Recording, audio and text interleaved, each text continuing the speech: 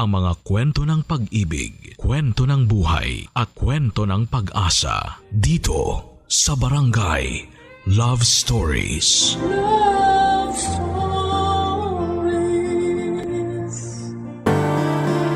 Lika sa ating mga Pinoy, ang magtago ng mga kagamitang pakiramdam natin ay sentimental. Mga bagay na may kwento at kadikit na ng ating mga nakaraan. Ikaw kabarangay, anong bagay ang meron ka na hindi mo kayang pakawalan? Dear Papa Dudut, isang magandang araw sa lahat ng mga kabarangay na nakikinig sa Barangay Love Stories. Ako nga pala si Inana, 35 years old. Kakaiba ang pangalan ko, no? Pinangalan kasi ako ng aking ina sa isang Sumerian goddess of love. Pinaglihi niya raw ako sa nasabing diyosa at ayon sa kanya, nag-alay pa siya ng mga mansanas, malamig na beer at Himalayan salt bilang pasasalamat nang malaman niyang babae ang isisilang niya. Pinalaki ako mag-isa ng nanay ko dahil noong nalaman ng tatay ko na nabuntis niya si nanay ay agad na itong nagtago. Hindi naman hinanap ni nanay si tatay. Alam niyang kaya naman niya akong buhayin ng mag-isa. Ganon kalakas at katibay ang nanay ko, Papa Dudut. Sa kanya ko nakuha ang pagiging strong and independent. Hindi ako dumedepende sa validation ng kahit na sinong lalaki. Laging pinapaalala sa akin ni nanay na dinadalangin niya ako sa Diyos ng pag-ibig at hindi ko kailangang makaawa sa ibang tao dahil buko yung makukuha sa sarili ko mismo. Yun ang naging mantra ko kaya sa tuwing natatapos ang mga relasyon ko ay hindi ako masyadong apektado. Hindi ako kapit na kapit sa mga naging karelasyon ko. Walang attachment. Isang bagay na proud ako sa sarili ko. Sa huling nakarelasyon ko ay nag-live-in kami ng halos 5 taon. Natapos ang relasyon namin dahil parang wala namang kaming gana na pag-usapan kung may future ba kami o hanggang doon na lang ang relasyon namin. Ako ang nakipaghiwalay kahit sinabi niyang kailangan pa naming ipagpatuloy ang relasyon namin dahil baka may madiscover pa kami sa isa't isa na magpapatibay sa aming pagsasama. Pero inayawan ko na kahit alam kong mahal ko pa siya. Hindi ako nang hinayang sa halos 5 taon na relasyon namin. Dahil alam ko kung para yon sa akin, gagawa ng paraan ng Diyos para ibalik siya sa akin. Pinakawalan ko ang ex ko at nagpasya na akong umalis sa apartment naming dalawa. Meron akong boarding house na tinutuluyan pansamantala habang naghahanap ng mas maayos na malilipatan. Nahirapan ako makahanap ng bago matutuluyan pero makalipas nga ang 1 buwang paghahanap ay nakahanap din ako. Yung bahay ay pag-aari ni Aling Silva, 90 years old. Malakas pa rin siya para sa edad niya, Papa Dudut.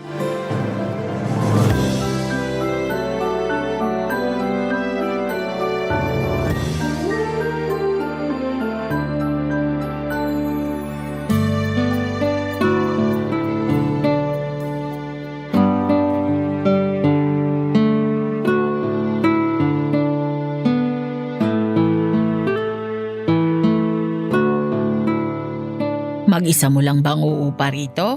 Opo, pero paminsan-minsan dadalaw naman ang nanay ko. Pero di naman naabot ng 3 araw yung pagstay niya kasi kailangan din niyang asikasuhin yung mga pananim niya sa farm namin. Baka naman may nobyo ka na makikituloy dito. Huwag po kayong mag-alala. Single po ako at wala pa naman akong balak makipagrelasyon. Sayang naman. Ang lawak nitong bahay kung mag-isa ka lang. Baka malungkot ka. Ay hindi po. Sanay akong laging mag-isa kahit nung may karelasyon pa ako. Gusto ko nga tong bahay niyo kasi malawak. Marami akong space para makahinga. Dalaga pa ako nung nabili ko tong bahay na ito. Gusto ko talaga ng malawak na bahay kasi akala ko magkakaroon ako ng maraming anak. Kaya yung 1 kwarto sa gawing kanan ng banyo, may 2 double deck doon. Para sana yun sa mga magiging anak ko. Hindi po kayo nagkaroon ng anak o asawa? Nagkaroon ako ng asawa. Pero mga anak, wala. Mukhang hindi kaloob ng Diyos sa akin eh. Pwede ko po bang gamitin yung kwarto na yon para sa mga magiging bisita ko kung sakali? Hindi pwede. Kasi andun lahat ng binili kong gamit para sana sa mga magiging anak ko. Nakita ko nga po, ang daming manika at mga robot, pati mga damit pang bata. Akala ko po nung una para sa mga apo nyo. Binili ko rin yun nung dalaga pa lang ako. Dinamihan ko lang nung nagkaroon ako ng asawa. Sayang nga lang at pinamahayan na lang ng alikabok. Ayaw nyo po bang ipamigay sa iba? O kaya ibenta? Sayang naman yung space na yon. Marami pang pwedeng paggamitan. Hindi sayang ang kwartong yon. Mas lalong hindi sayang ang mga gamit ng bata na binili ko. Paalala yun sa akin na minsan nagkaroon ako ng pangarap. Pero pwede pang magamit yun ng mga totoong bata na kilala nyo. Mapapakinabangan kesa pamahayan lang lalo ng alikabok. Hindi naman makakagambala sa iyo ang kwartong yon. Hayaan mo na lang na nakasara. Para kapag dumalaw ako, meron pa rin akong masisilip. Dadalaw-dalaw po kayo rito? Aba oo naman. Gusto kong makita na inaalagaan mo pa rin ang bahay ko. Lalo na yung mga gamit ko rito. Napansin ko nga po na hindi nyo pa tinatanggal yung mga gamit nyo rito sa bahay. Kailan po ba kayo maghahakot? Hindi ko natatanggalin ang mga gamit dito. Gusto ko na hayaan mo lang kung saan sila nakapwesto. Mula sa mga libro hanggang sa maliliit na tasa. Gamitin mo lang. Papahintulutan naman kita. Huwag mo lang sisirain ha. Ay, akala ko po kukunin nyo yung mga gamit nyo. Kasi bala ko ring maglagay ng mga gamit ko. Sinabi mo nung tinawagan kita na damit lang ang dadalhin mo at ilang gamit sa trabaho. Pero bala ko pa ring bumili ng mga gamit ko. Wala kasi akong kinuha mula sa inuupahan namin ng ex ko eh. Binigay ko na halos lahat ng gamit na pinundar namin. Mabuti ka pa, kaya mong gawin yan. Sa akin hindi ko magagawang bitawan ng mga gamit ko. Nanghihinayang ako. Pinaghirapan ko lahat yan eh. Saka may kwento ang bawat kagamitan ko. Para po kayong nanay ko. Kahit yung nasira na yung electric fan niya, ayaw niya pa ring palitan. Kasi hindi biro ang hirap namin. Para lang makabili ng gamit. Lalo ako na lumaking mahirap at walang magulang. Ako lang ang gumawa ng paraan para makabili ng mga pangarap kong gamit. Pero paano po kaya yung mga gamit ko? Gusto ko rin sanang bumili ng mga kailangan ko. Ayaw mo bang gamitin yung mga naan dito? Gumagana pa naman lahat. Maalaga kasi ako sa gamit. Sorry po, pero parang ayokong gamitin. Mukhang malalakas po sa kuryente yung mga lumang appliance eh. Baka mahirapan ako sa pagbabayad ng kuryente. Ayun lang ang kondisyon ko sa pagpapaupa nitong bahay ko. Mura na nga ito, pero kailangan mong tanggapin ang bagaheng kasama nito. Pwede ka namang magdagdag ng gamit mo. Walang problema. Kaya lang hindi ko pwedeng ipaalis sa iyo ang mga gamit ko rito. Hindi ka naman permanenteng titira rito eh. Alam ko namang balang araw, lilipat ka rin. Sa sinabi ni Aling Silva, napadalawang isip tuloy ako kung itutuloy ko ba ang upahan ng bahay niya. Oo nga, at sobrang mura ng upa, malapit din yon sa trabaho ko. Maganda rin ang bahay niya dahil napapaligiran ng mga halaman at puno. Mahilig pa naman ako sa ganon kaya nakakapanghinayang kung hindi ko makukuha. Kaya lang ay hindi ko pwedeng galawin ang mga kagamitan niya. Kahit na itago ang mga yon sa kabilang kwarto ay hindi rin approve sa kanya. Hayaan ko lang daw sa eksaktong pwesto kung saan nakalagay ang mga ito. Hindi naman daw yon abala dahil masinop naman ang pagkakapwesto ng bawat gamit. Kaya lang ay hindi ko talaga yon nagustuhan. May kalumaan at hindi pasado sa taste ko ang mga gamit. Ang dami ring hindi naman na mapapakinabangan pero naka-display pa rin. Tulad ng mga figurine na nabasag na o kaya ay mga tambak na gamit sa kusina na naninilaw na dahil sa kalumaan. Mahilig kasi ako sa konting gamit. Mas gusto ko ng malawak na espasyo pero hindi ko lalagyan ng kagamitan. Minimalist, sabi nga ng mga Gen Z.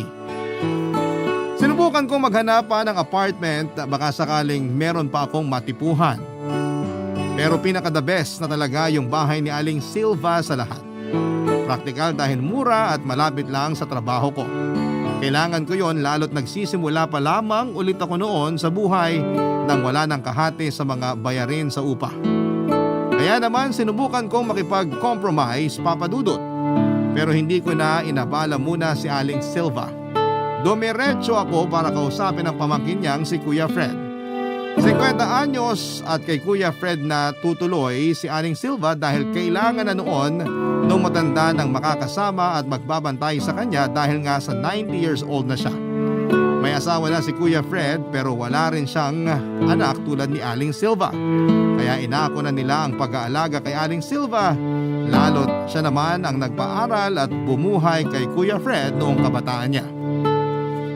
Pagbabalik utang na loob lang yung pag-aasikaso ni Kuya Fred kay Aling Silva. Pag nagkataon na kukunin ko na ang bahay at upahan ko, ipinasa ako ni Aling Silva kay Kuya Fred kung may iba pa akong kailangan o katanungan dahil mas magkakaintindihan daw kaming dalawa. Alanganin na rin daw kasi ang edad niya para intindihin pa yung mga magiging transaksyon namin. Ayon kay Aling Silva, medyo mahina na raw ang utak niya. Kumuha ako ng pagkakataon na makausap si Kuya Fred para sabihin ang tungkol sa mga gamit sa bahay, Papa Dudut.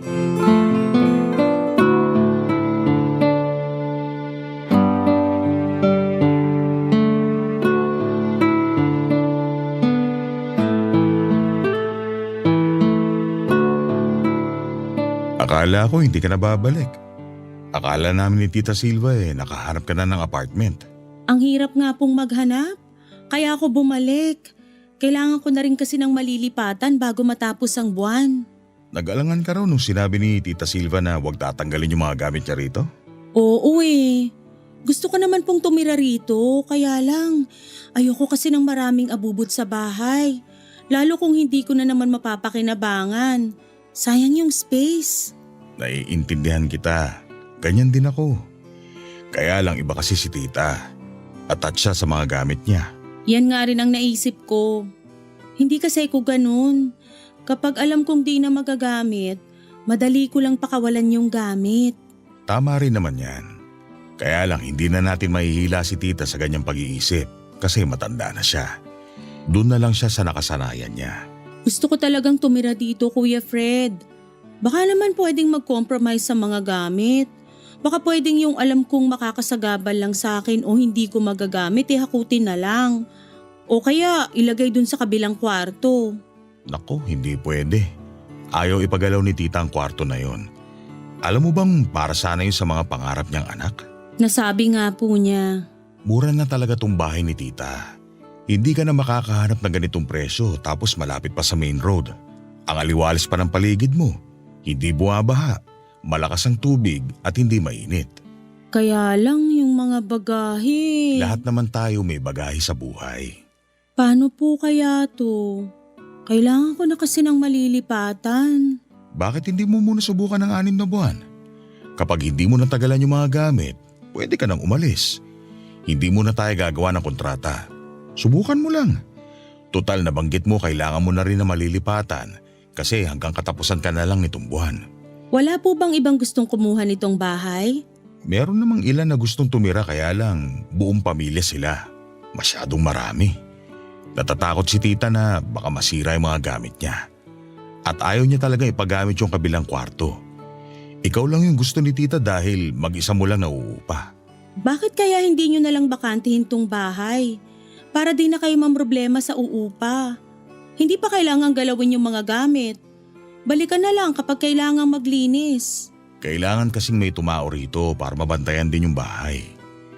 Hindi raw kasi pwedeng walang taong titira rito, sabi ni Tita. Yun lang ang pakiusap niya para pumayag siyang tumira sa bahay namin. Kung hindi lang ako nag-aalala sa tita ko, hindi ko na po problemahin tong paghahanap ng uupa rito. Siya na rin po kasi yung nagtaguyod sa inyo, no? Oo, kaya habang buhay ako nangako na tutulungan siya at aalagaan pa. Utang ko ang ginhawa sa buhay na meron ako ngayon. Lahat yun dahil kay Tita Silva. Kaya sana nakikiusap ako sa iyo na kung gusto mo rito, hayaan mo na lang yung mga gamit. Magtulungan na lang tayo. Mura ang upa para sa'yo. May tatao rito para naman yun kay Tita Silva ko. Wala na ba talaga kayong planong tanggalin kahit yung mga gamit lang sa kusina? Yung mga baon na parang naninilaw na sa kalumaan? Meron namang isang bakanting built-in cabinet dun sa kabilang kwarto. Ganito na lang, ako na lang ang magsasabi kay tita na dun na lang ilagay yung mga ayaw mong gamit sa kusina. Okay na ba yon? Pero yung ibang gamit po sa sala at sa kwarto na di ko na gustong gamitin. Ayan ang hindi ko pwedeng ipangako na ipapatanggal ni tita. Pasensya na. Yung gamit lang sa kusina ang pwede ko ipakiusap. Payag ka na ba? Ay, wala na rin naman po akong magagawa.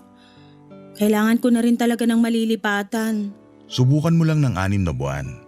Kapag hindi ka nakatiis sa mga gamit, pwede kang lumipat. Para lang din may malipatan ka na kaagad. Sige po, ganun na lang. Salamat sa pakikinig, Kuya Fred. Bukas ng umaga na ako magsisimulang maglipat. Nagkausap pa kami saglit ni Kuya Fred para sa mga detalye ng pag-upa ko. Binigyan din niya ako ng contact niya sa van na pwedeng mag-assist sa akin sa paglipat. Naging maayos naman ang nangyari kahit sa loob-loob ko ay hindi ako 100% na masaya dahil inaalala ko ang mga gamit ni Aling Silva. Gipit rin ako noon sa oras kasi akala ko ay mabilis akong makakalipat kaya sabi ko sa boarding house na tinutuluyan ko, 1 buwan lang ang kailangan ko. Kaya nakausap na rin ako ng may-ari na may nakaabang na raw na papalit sa akin paglipat ko. Mabuti na lang at inoffer ni Kuya Fred na subukan ko muna na tumira sa bahay ni Aling Silva pansamantala kahit na 6 na buwan lang muna. Papadudot, inimpake ko na lahat ng gamit ko sa dating apartment namin ng ex ko. Nauna nang nakalipat ang ex ko kaya puro gamit ko na lamang ang natira doon. Habang ginagawa yon ay hindi ko maiwasang makaramdam ng lungkot dahil sa pagtatapos ng isang chapter ng buhay ko. Nilingon ko ang bawat kanto ng bahay, isa-isang bumalik ang mga naging ala-ala namin ng ex ko roon. Mula sa unang paglipat namin hanggang sa mga pagtatalo at hindi namin pagkakaunawaan. Napangiti ako pero may halong lungkot kahit na hindi naman ako attached. Sa ex ko ay alam ko namang minahal ko siya ng todo. Kaya lang kailangan ko nang tapusin noon ang relasyon namin para magbukas ang ibang mga pintuan na nakalaan para sa akin, papadudot. Hindi ako pwedeng magpatuloy sa susunod na kabanata ng buhay ko kung nakakapit pa rin ako sa posibilidad na magiging maayos pa kami ng ex ko. After ko mag-impake, naupo muna ako pansamantala sa sahig.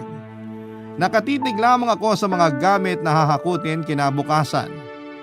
Doon na nga ako napaiyak, papadudot. Iyon ang unang beses na umiyak ako after ng hiwalayan namin ng ex ko. Yun na kasi ang kumpirmasyon na kailangan ko nang tumawid sa bagong kabanata ng buhay ko. Doon na rin ako nakatulog sa sahig at nagising na lamang ako kinabukasan para maghanda na sa pag-alis. Isa-isa nang hinakot ng driver ng van na kontak ni Kuya Fred ang mga gamit ko. Bago sumakay sa van ay pinagmasdan ko pa ng 1 beses ang buong paligid at saka nag-iwan ng ngiti. Yon ang pasasalamat ko sa ilang taon na tinira ko doon. Saka ko sinarado ang pintuan, tanda ng pag-usad ko, papadudot, sa naging buhay ko roon ng halos 5 taon. Barangay Love Stories. Barangay Love Stories. Isang buong araw lang naman ang inabot ng paglilipat at pag-aayos ko noon ng mga gamit ko. Konti lang talaga ang dinala ko sa bahay ni Aling Silva. Wala rin naman akong magalaw noon sa bahay niya dahil bawal nga. Sa totoo lang ay hindi ako masaya sa unang gabi ng paglipat ko sa bahay na yon. Napakaraming abubot at appliance na alam ko namang hindi ko magagamit. Hindi rin ako masyadong makalakad o makagalaw sa bahay dahil nga ang dami talagang gamit. Kahit sa kwarto ay maraming nakatambak. Para lang ako nakikituloy sa ibang bahay. Iyon ang naging pakiramdam ko. Para tuloy akong nagsisi na lumipat doon. Namiss ko bigla ang dati kong tinirhan pero ayoko namang bumalik doon. Baka mahirapan pa ako makapag-move on. Saka maganda yung lugar kaya sigurado ako na meron na ring bagong uupa roon. Kaya wala na akong ibang choice kundi ang panindigan ng desisyon kong magstay sa bahay ni Aling Silva. Namahay ako sa unang gabi at hindi agad ako nakatulog. Sinikatan na ako ng araw pero kahit idlip ay wala. Humapdi na lang ang mata ko sa kakapilit na ipikit ang mga pagod kong mga mata. Sinukuan ko na ang pagtulog at bumangon na ako sa kama para magkape. Naupo ako sa nara na upuan sa dining area. Pinagmasdan ko ang buong bahay habang nagkakape. Maliwalas naman ang bahay kaya lang ay siguro hindi ako ganoong kasaya dahil hindi ko mahanap ang kalayaan para makagalaw at magawa lahat ng gusto ko. Sinabi ko na lamang sa sarili ko na masasanay din ako sa sitwasyon ko. Saka meron naman akong 6 na buwan para makapag-isip kung gusto ko pang ipagpatuloy ang pag-upa ko doon. Sabi ko mabilis lang din namang lilipas sa mga araw. Kasalukuyan na yon ang tumatakbo sa isipan ko nang marinig ko ang pagkatok sa pintuan. Nagulat ako dahil wala naman akong inaasahang bisita hanggang sa marinig ko ang pagtawag ni Aling Silva. Mas lalo akong nagulat dahil hindi naman niya sinabi sa akin na pupunta siya. Tumayo na ako noon sa pagkakaupo para pagbuksan ko siya ng pintuan. Nakangiti siya at halatang kompleto ang tulog. Ewan ko kung napansin niyang wala pa akong tulog kaya hiniling ko na sana'y wala siyang ibang sabihin na makasisira ng araw ko, Papa Dudut.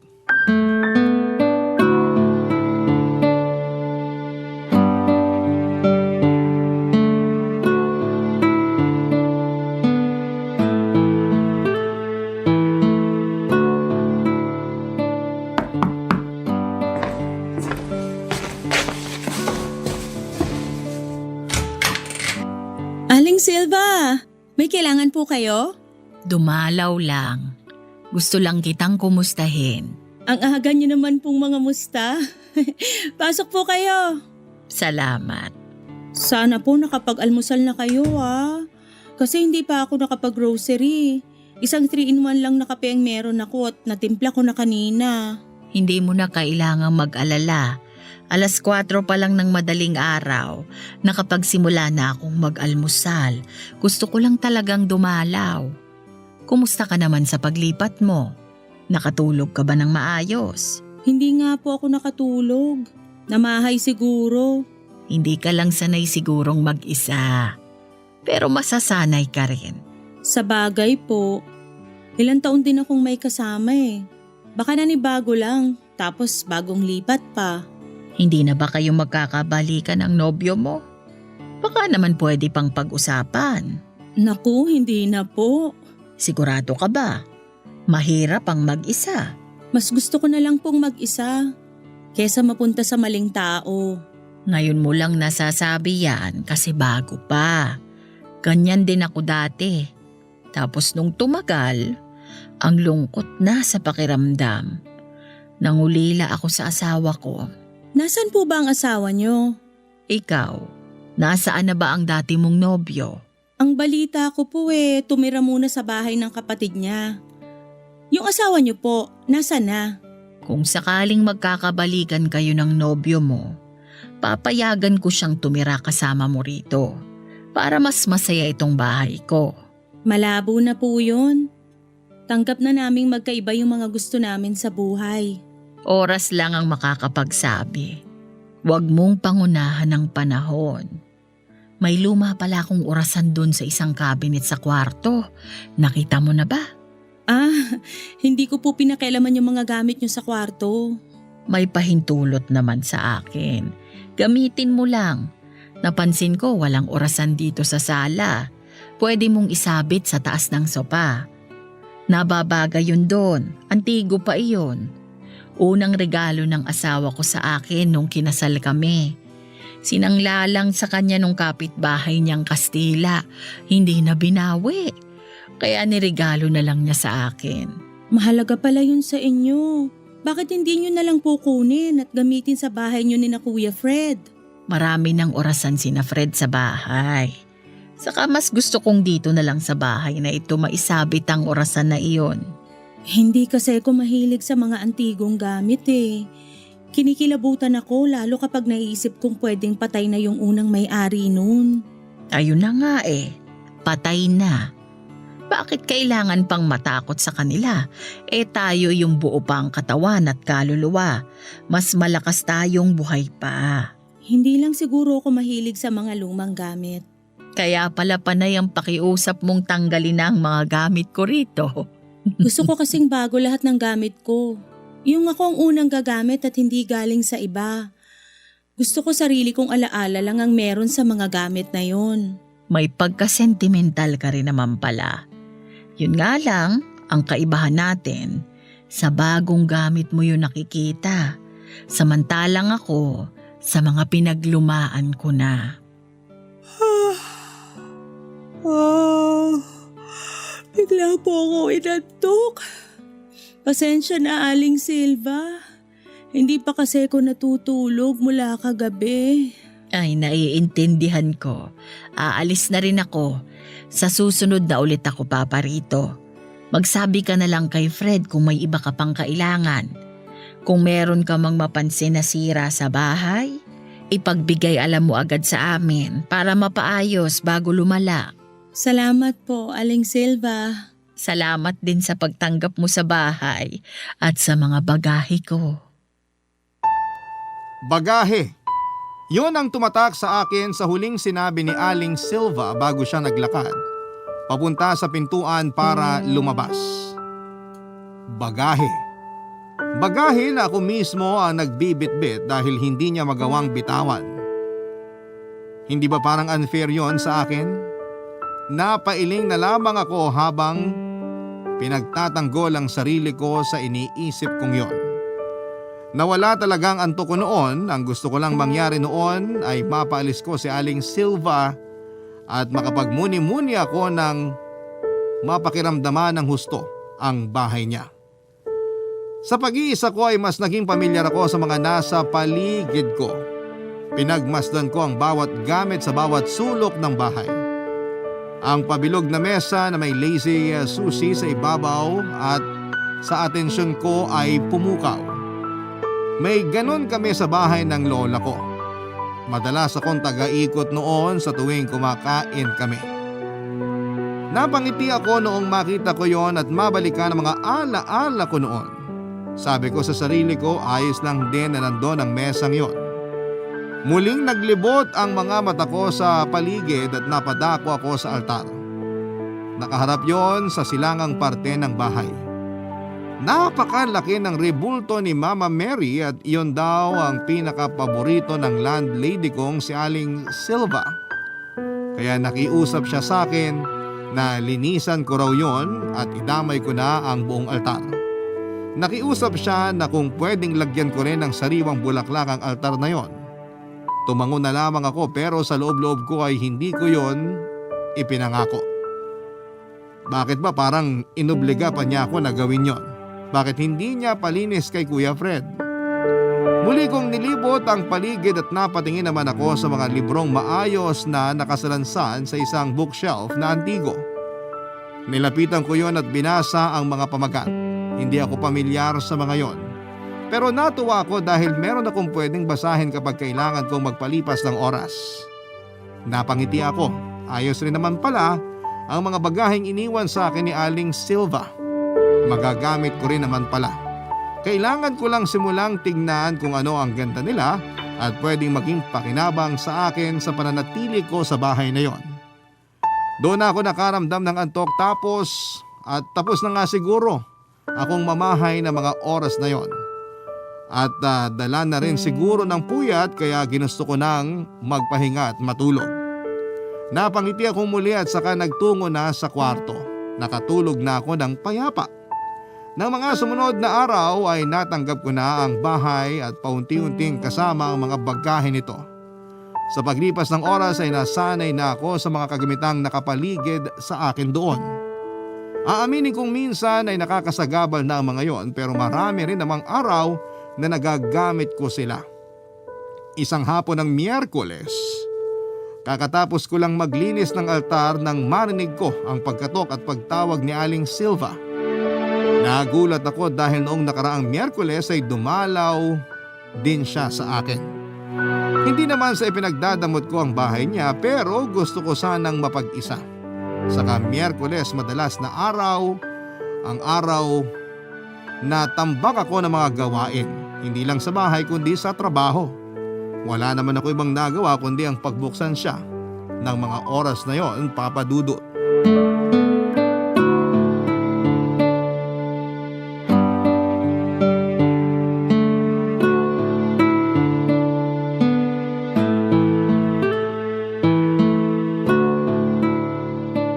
Aling Silva, dumahalo uli kayo.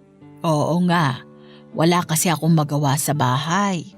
Wala sina Fred kasi may aasikasuhin daw sa Cavite. Mamayang gabi pa ang balik. Magpapagabi po ba kayo dito? Ay hindi, bago lang sumapit ang gabi. Parang nung nakaraang Miyerkules na pagdalaw nyo rito ah. Ayaw nyo rin magpaabot ng gabi. Napansin mo pala. Alam mo naman, matanda na, mahirap na at parang bumabalik sa pagkasanggol ang bunbunan ko. Sensitibo na sa hamog ng gabi. Sa susunod po, magbaon po kayo ng sombrero o bonnet. Hayaan mo't maghahanap ako ng takip sa ulo ko sa tuwing dadalaw ako rito sa'yo. Mukhang mapapadalas ang dalaw nyo rito sa akin, Aling Silva. Mukha nga. Sana ay hindi naman ako makaistorbo sa'yo. Madalas kasi marami akong ginagawa tuwing Miyerkules. Mukhang bagong linis lang ang altara. Nakakatuwa naman. Salamat sa pagsunod mo sa lambing ko ha. Dinamay ko na lang din po yung altar. Sayang naman kasi yung pawis ko kung di ko pa sasagarin yung paglilinis ko sa lahat ng gamit dito sa bahay. Iyang ribulto ni Mama Mary. Nabili pa namin ng asawa ko nung namasyal kami sa isang kilalang simbahan sa Cebu. Unang kita ko pa lang sa kanya. Para na akong hinihila para bilhin siya. Kulang pa nga ang dala naming pera ng asawa ko para mabili itong si Mama Mary. Paano nyo po nabili? Binenta ng asawa ko ang relos niya para may pandagdag sa bayad at saka para makabili pa kami ng pasalubong sa mga pamangkin namin. Napakabait naman pala ng asawa nyo. Mahalaga pa naman sa mga lalaki ang relos. Yan nga rin ang sinabi niya. Ang mga lalaki nung panahon namin, sa relos nagpapayabangan. Kaya lang ang asawa ko, mas gusto na lang ibili ako ng ribulto ni Mama Mary kaysa makipagtagisan siya ng yabang sa mga kaibigan niya. Nakakatuwa siya. Maswerte po kayo sa kanya. Sobrang swerte. Alam mo bang ibinili niya ako ng mga libro para maturuan niya akong magbasa? Hindi kasi ako nakapagtapos ng pag-aaral. Konti lang ang alam ko sa pagbabasa at pagsusulat. Sa kanya po pala galing lahat ng libro nyo dito sa bahay. Oo, inalagaan ko ang mga yan kahit aminado naman akong hindi ko pag-aanong maintindihan. Hindi naman kasi ako matalino, pero sinubukan kong makinig sa asawa ko kapag tinuturuan niya ako ng tamang pagbabasa. Madalas din sa gabi, kapag nakahiga na kami, binabasahan rin niya ako ng mga librong yan. Maganda raw yun sa utak. Wala na yatang lalaking gumagawa ng ganyan ngayon. Maswerte kayong inabot niyo ang asawa niyo. Maswerte rin naman daw siya sa akin. Sabi niya, wala siyang ibang kakilalang babae na magaling magpaamo ng kalabaw. Ako lang ang nakakagawa noon. May kalabaw kayo? Nasa probinsya namin noon. Inirigalo rin ng asawa ko. Kakatayin na raw sana ng kapitbahay namin dahil matanda na. Naawa ako. Iniyakan ko ang asawa ko. Sabi kong bilhin na lang namin. Binili naman niya kahit wala namang kaming bukid para magamit ang kalabaw. Ginawa ko lang talagang alaga ang kalabaw na yon. Matapang ang matandang kalabaw na yon. Naaalala ko, ilang beses muntik sinuwag ang asawa ko at ibang kamag-anak namin. pero nagawa kong paamuhin. Paano? Pagmamahal at pasensya. Gaano man kailap ang isang tao o hayop, kayang remedyohan niya ng pagmamahal at pasensya. Isang araw, lagi na lang akong nilalapitan ng matandang kalabaw na yon. Naging maamo pa kaysa sa pusang bahay. 3 taon lang ata ang itinagal ng buhay ng kalabaw na iyon. Sayang naman. Naku, hindi sayang. Kahit 3 taon lang siya sa amin, napasaya naman namin siya. Napakain ng lunti ang damo at hindi na siya nagtrabaho sa bukid. Ang 3 taon na yon ang naging pahinga niya at masaya kaming naibigay yon sa kanya.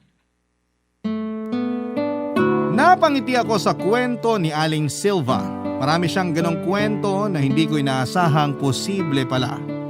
May mga ilang tanong lamang na nabuo sa isipan ko, Papa Dudut. 90 years old na si Aling Silva. Nabanggit niya na dalaga pa siya noong nabili niya yung bahay. Kung kukwentahin ay 1930s siya pinanganak. Nagdalaga siya noong 1950s. So noong mga panahong yon ay paano niya nabili yung bahay noong dalaga pa siya. Tapos hindi pa siya marunong magbasa. Kasi sabi niya ay tinuruan lang siya ng asawa niya kung paanong bumasa. Sa totoo lang ay medyo alanganin ako sa kwentong yon ni Aling Silva kasi parang malabo pa sa sabaw ng pusit kung ako ang tatanungin. Pero kung paano man niya nabili ang bahay niya ay hindi ko na pinakialamanan pa. Hindi ko na sinubukang magtanong o mag-usisa pa. Pinakikinggan ko na lamang yung mga kwento niya. Siguro dahil sa katandaan ay medyo naapektuhan na ang kanyang alaala. Natapos ng magkwento si Aling Silva pero hindi pa siya kaagad na umalis. Hindi ko naman siya magawang paalisin dahil nauunahan na rin ako ng hiya. Marami pa sana akong kailangang gawin noon at hindi ko siya maharap na asikasuhin. Nag-offer ako sa kanya ng merienda pero humingi labang siya ng 2 baso ng maligamgam na tubig dahil nauuhaw daw siya. Hinatiran ko naman siya noon sa sala. Nakaupo siya habang payapang nakapwesto sa sofa at pinagmamasdan ng husto ang altar. Nagandahan siya sa pagkakalinis at pagkakaayos ko noon. Ilang beses niyang pinuri at sinuklian ko lang yon ng tango at ngiti. Nagpaalam ako sa kanya at sinabing may kailangan lang akong asikasuhin sa trabaho ko. Sinabi niyang hayaan ko lang siyang manatili sa sala. Hindi raw niya ako iistorbohin pa dahil alam niyang kailangan kong magtrabaho. Nag-alanganan pa ako noong iwan siya na mag-isa dahil alam kong kailangan niya ng kausap. Pero pinilit niyang huwag ko na siyang alalahanin pa. Kaya naman hinayaan ko na lamang siya at hindi ko na namalayan ang oras at paggabi na. Narinig ko na lamang ang pagkatok ni Aling Silva sa kwarto ko para magpaalam. Pinhiram ko siya ng bonnet dahil baka malamigan ang ulo niya tulad ng lagi niyang sinasabi. Nagpasalamat siya at saka naghanda na para umalis. Bago ko may sarado ang pintuan ay sinabi niyang babalik ulit siya sa susunod na Miyerkules. Parehong oras. Nginitian niya ako at hindi na hinintay pa ang aking sagot. Pagkalabas niya ay sinarado ko na ang pintuan. Napaisip ako. Bakit nga ba hilig ni Aling Silva ang dalawin ng bahay tuwing Miyerkules? Napailing na lamang ako at mukhang kailangan kong i-reschedule ang mga gawain ko tuwing Miyerkules kung magiging palagian ang pagdalaw niya sa bahay sa araw na yon. Barangay Love Stories. Barangay Love Stories. Naging rutina ni Aling Silva ang pagpunta sa bahay tuwing Miyerkules.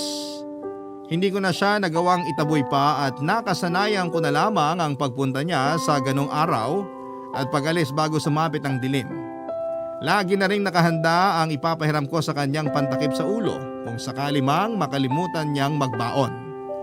Marami pa rin siyang mga baong mga kwento tungkol sa mga ala-ala nila ng asawa niya. Hindi yun nakakapagod pakinggan, sa totoo lang. Mas lalo tuloy akong na-inspire na makakahanap ng ganong klase ng pagmamahal. Alam kong pahirapan na ang makahanap ng ganon pero may awa ang Diyos. Ibibigay niya sa akin ang lalaking nararapat para sa akin. Yung lalaking katuparan ng pangarap ko na nilista ko pa sa aking maliit na notebook. Alam kong pagbibigyan ako ng Diyos sa hiling ko. Pero pinangako ko na aayusin ko muna ang sarili ko bago siya maipagkaloob sa akin. Kaya habang wala pa ay nakontento na lamang akong makinig sa mga nakaka-inspire at nakakakilig na kwento ni Aling Silva at ng asawa niyang hindi ko pa rin alam ang pangalan. Iyon ang isang bagay na pinagtataka ko sa tuwing sinusubukan kong tanungin noon si Aling Silva sa kung nasaan ang asawa niya ay wala siyang maisagot sa akin at agad niyang iniiba ang usapan. Mas lalo tuloy akong na-curious kung nasaan na nga bang asawa niya. Hindi naman niya sinabing patay na o nangaliwa. Tuwing pagdalaw niya ng Miyerkules, sinusubukan ko talagang dalhin ang usapan sa kung nasaan na nga bang asawa niya. O kahit man lang malaman ang pangalan ng asawa niya, pero si Aling Silva ay mailap talaga. Kaya inisip ko na lamang kapag handa na siguro siya ay saka na niya sasabihin ang totoong nangyari. Hanggang isang araw, nalaman ko na ang katotohanan. Isang Miyerkules ng umaga, nagkaroon ng problema sa banyo.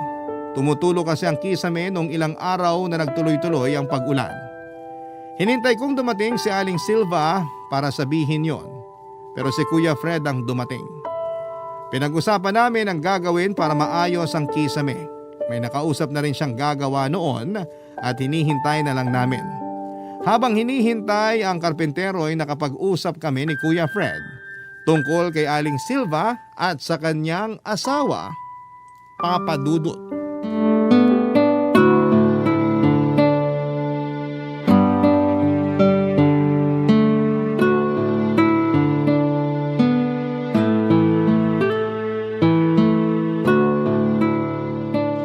Kumusta ka naman dito, Inana?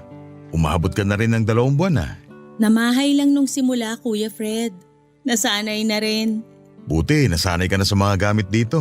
Paminsan-minsan naiinis pa rin ako. Lalo kapag nabubundol ko yung mga malalaking cabinet at appliance. Pasain pa naman ako. Pero nasanay na. Ang ganda ng ginawa mo sa altar ah. Maayos na siya kumpara noon. Nakita na ba yan ni Tita Silva? Tiyak matutuwa yun. Si Aling Silva nga po ang nag-ayos ng altar na yan nung nakaraang Miyerkules. Nako, pinakailaman pa talaga niya. Pagpasensya mo na lang ha. Mahirap na hindi mapagbigyan yung mga nasa ganong edad. Naku, mas nasasanay pa nga ako sa presensya ni Aling Silva kaysa sa mismong bahay na to eh. Tuwing Miyerkules nga po ay nandito siya para makipagkwentuhan.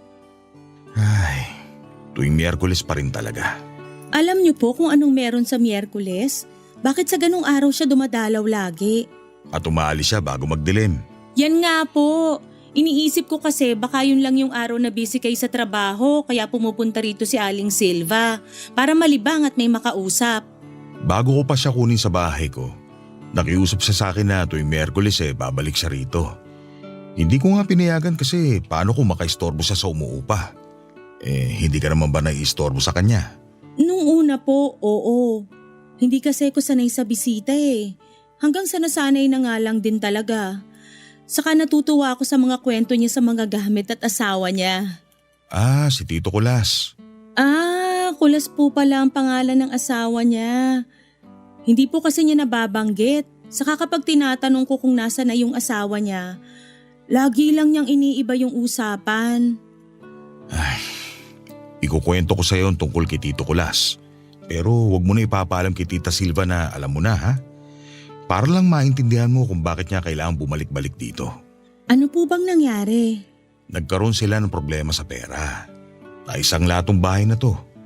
Wala silang pangtubos at malapit ng marimata ng bangko. Kaya napilitan si Tito Kulas na pumunta ng Vietnam kasama ang kapatid niya para magtrabaho. Nabawi naman po ba sa pagkakasanglatong bahay? Nagawa ng paraan pero natagalan. Lungkot na lungkot si Tita Silva kasi hindi siya sanay na malayo kay Tito Kulas. Wala pa naman silang anak na mapagkakaabalahan niya. Sayang nga po. Nakikita ko na kayang maging mabuting ina ni Aling Silva. Naging mabuting ina si Tita Silva sa akin. Kahit hindi ako galing sa kanya, Pero grabe ang pagmamahal at sakripisyo na ginawa niya para sa akin. Bakit nga po pala hindi sila nagkaroon ng anak? Laging nakukunan si Tita Silva. Pinagpaliba muna nila ang pagkakaroon ng anak para makapagpahinga ang matres ni Tita. Nung panahon na handa na sila ulit bumuo, saka naman kinailangan ni Tito Kulas na pumunta ng Vietnam. Sabi niya sandali lang siya magtatrabaho roon hanggang sa mabawi na yung bahay. Kaya lang nagkasakit ang malala si Tita Silva at kinailangan ng malaking halaga ng pera para mapagamot siya. Nag-extend si Mang Kulas sa Vietnam? Lumipat sila magkapatid sa Thailand. Sinama sila ng amo nila. Mas malaki ang kinikita niya kaya napagamot na rin niya si Tita Silva. At meron na rin malaking naipon para makabalik na siya. Nakabalik po ba?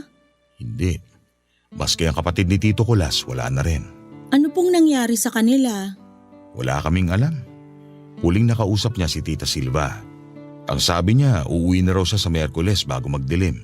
Pero hindi na sila umuwi. Hindi. Umabot na ng Miyerkules noon pero hindi pa rin nakakauwi si na Tito. Wala na rin tawag o sulat. Nakailang novena na sa altar si Tita Silva para makabalik na si Tito. Ilang bulaklak na yung inalay niya. Nalanta na ang lahat pero walang Tito Kulas ang bumalik sa bahay na to. Ngayon po na may social media na, baka naman kaya na silang mahanap. Sinubukan ko na yan. Hindi ko pinalam kay Tita Silva para hindi siya masyadong umasa. May nakapagsabi na patay na sila magkapatid pero walang ibang detalye. At naniniwala naman po kayo ron? Kilala ko ang Tito Kulas. Nangako siyang babalik at kapag pinangakuan niya si Tita Silva, ginagawa niya ang lahat para matupad yon. Maliban na lang sa pagbabalik niya. Kaya maluwag sa loob kong tanggapin na baka nga patay na siya. Dahil kung buhay pa siya, babalik yun kahit anong mangyari. Ganun niya kamahal si Tita Silva. Nakwento rin ni Kuya Fred na simula noong hindi na nagparamdam si Mang Kulas, ay lagi na lang daw sa labas ng bahay si Aling Silva habang hawak ang maliit na radyo at pinapatugtog ang theme song nilang dalawa. Baka sakali lang daw na mailipad ng hangin ang awiting yon papunta sa asawa niya. Baka ang kanta raw na yon ang makatulong para mahanap ni Mang Kulas ang daan pabalik kay Aling Silva. Ilang dekada rin niya daw na ginawa yon at hindi siya napagod dahil para sa kanya ang pusong nagmamahal ng totoo hindi makakaramdam ng pagod. Para akong kinurot sa dibdib nang marinig ko ang kwento nilang mag-asawa. Hindi ko maiwasang magtanong sa Diyos kung bakit niya hinayaang malayo ang dalawa. Gayong sila ang pwedeng maging ehemplo ng totoong pagmamahal. Pero walang nakakaalam sa dahilan kung bakit hindi sila pinalad na magkasama ng matagal sa mundong ito. Baka nga sa kabilang buhay na sila magtagpong muli. Nahinto lang ang usapan namin ni Kuya Fred nang dumating na ang karpintero. Inassist siya ni Kuya Fred habang ako naman ay naupo sa harapan ng altar.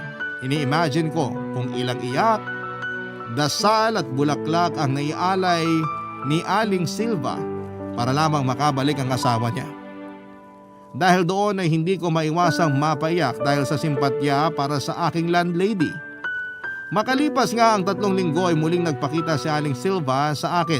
Eksaktong Miyerkules ng hapon, tulad ng dating nakangiti siya nang mapagbuksan ko ng pintuan. Medyo pumayat na lang nga ng pagkakasakit niya. Kaya pala hindi siya nakabisita noong mga nagdaang Miyerkules. Inalalayan ko siyang makapasok ng bahay. Nagulat siya dahil mas magiliw ang pagtanggap ko sa kanya noong araw na yon. Inaasahan ko na darating siya, tanggap ko na kasi naaasahan ko siya lagi at hindi ako mapapagod na umasa na dadalawin niya ako tuwing Miyerkules. Parang yon ang paraan ko para magbigay respeto sa ilang dekada niyang paghihintay sa pagbabalik ni Mang Kulas kahit na wala namang kasiguraduhan. Pinagtimpla ko siya ng gatas at ininita ng pandesal. Natuwa naman siyang kinain yon. Habang kinukumusta ako ay masaya kami nagkwentuhan hanggang sa mapadako ang mga mata niya sa altar. Nakita ko ang ngiti sa mga mata niya habang nakatitig kay Mama Mary, Papa Dudut.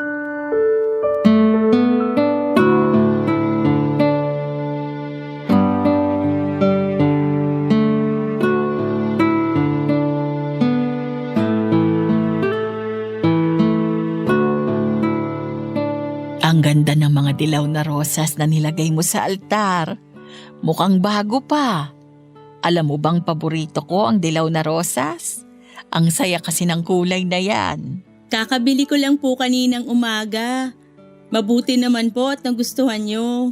Paborito ko rin po ang dilaw na rosas. Salamat ha. Alam ko hindi mo naman kailangang gawin yan. Hindi mo naman obligasyon pero ginagawa mo pa rin. Masaya naman po akong ginagawa.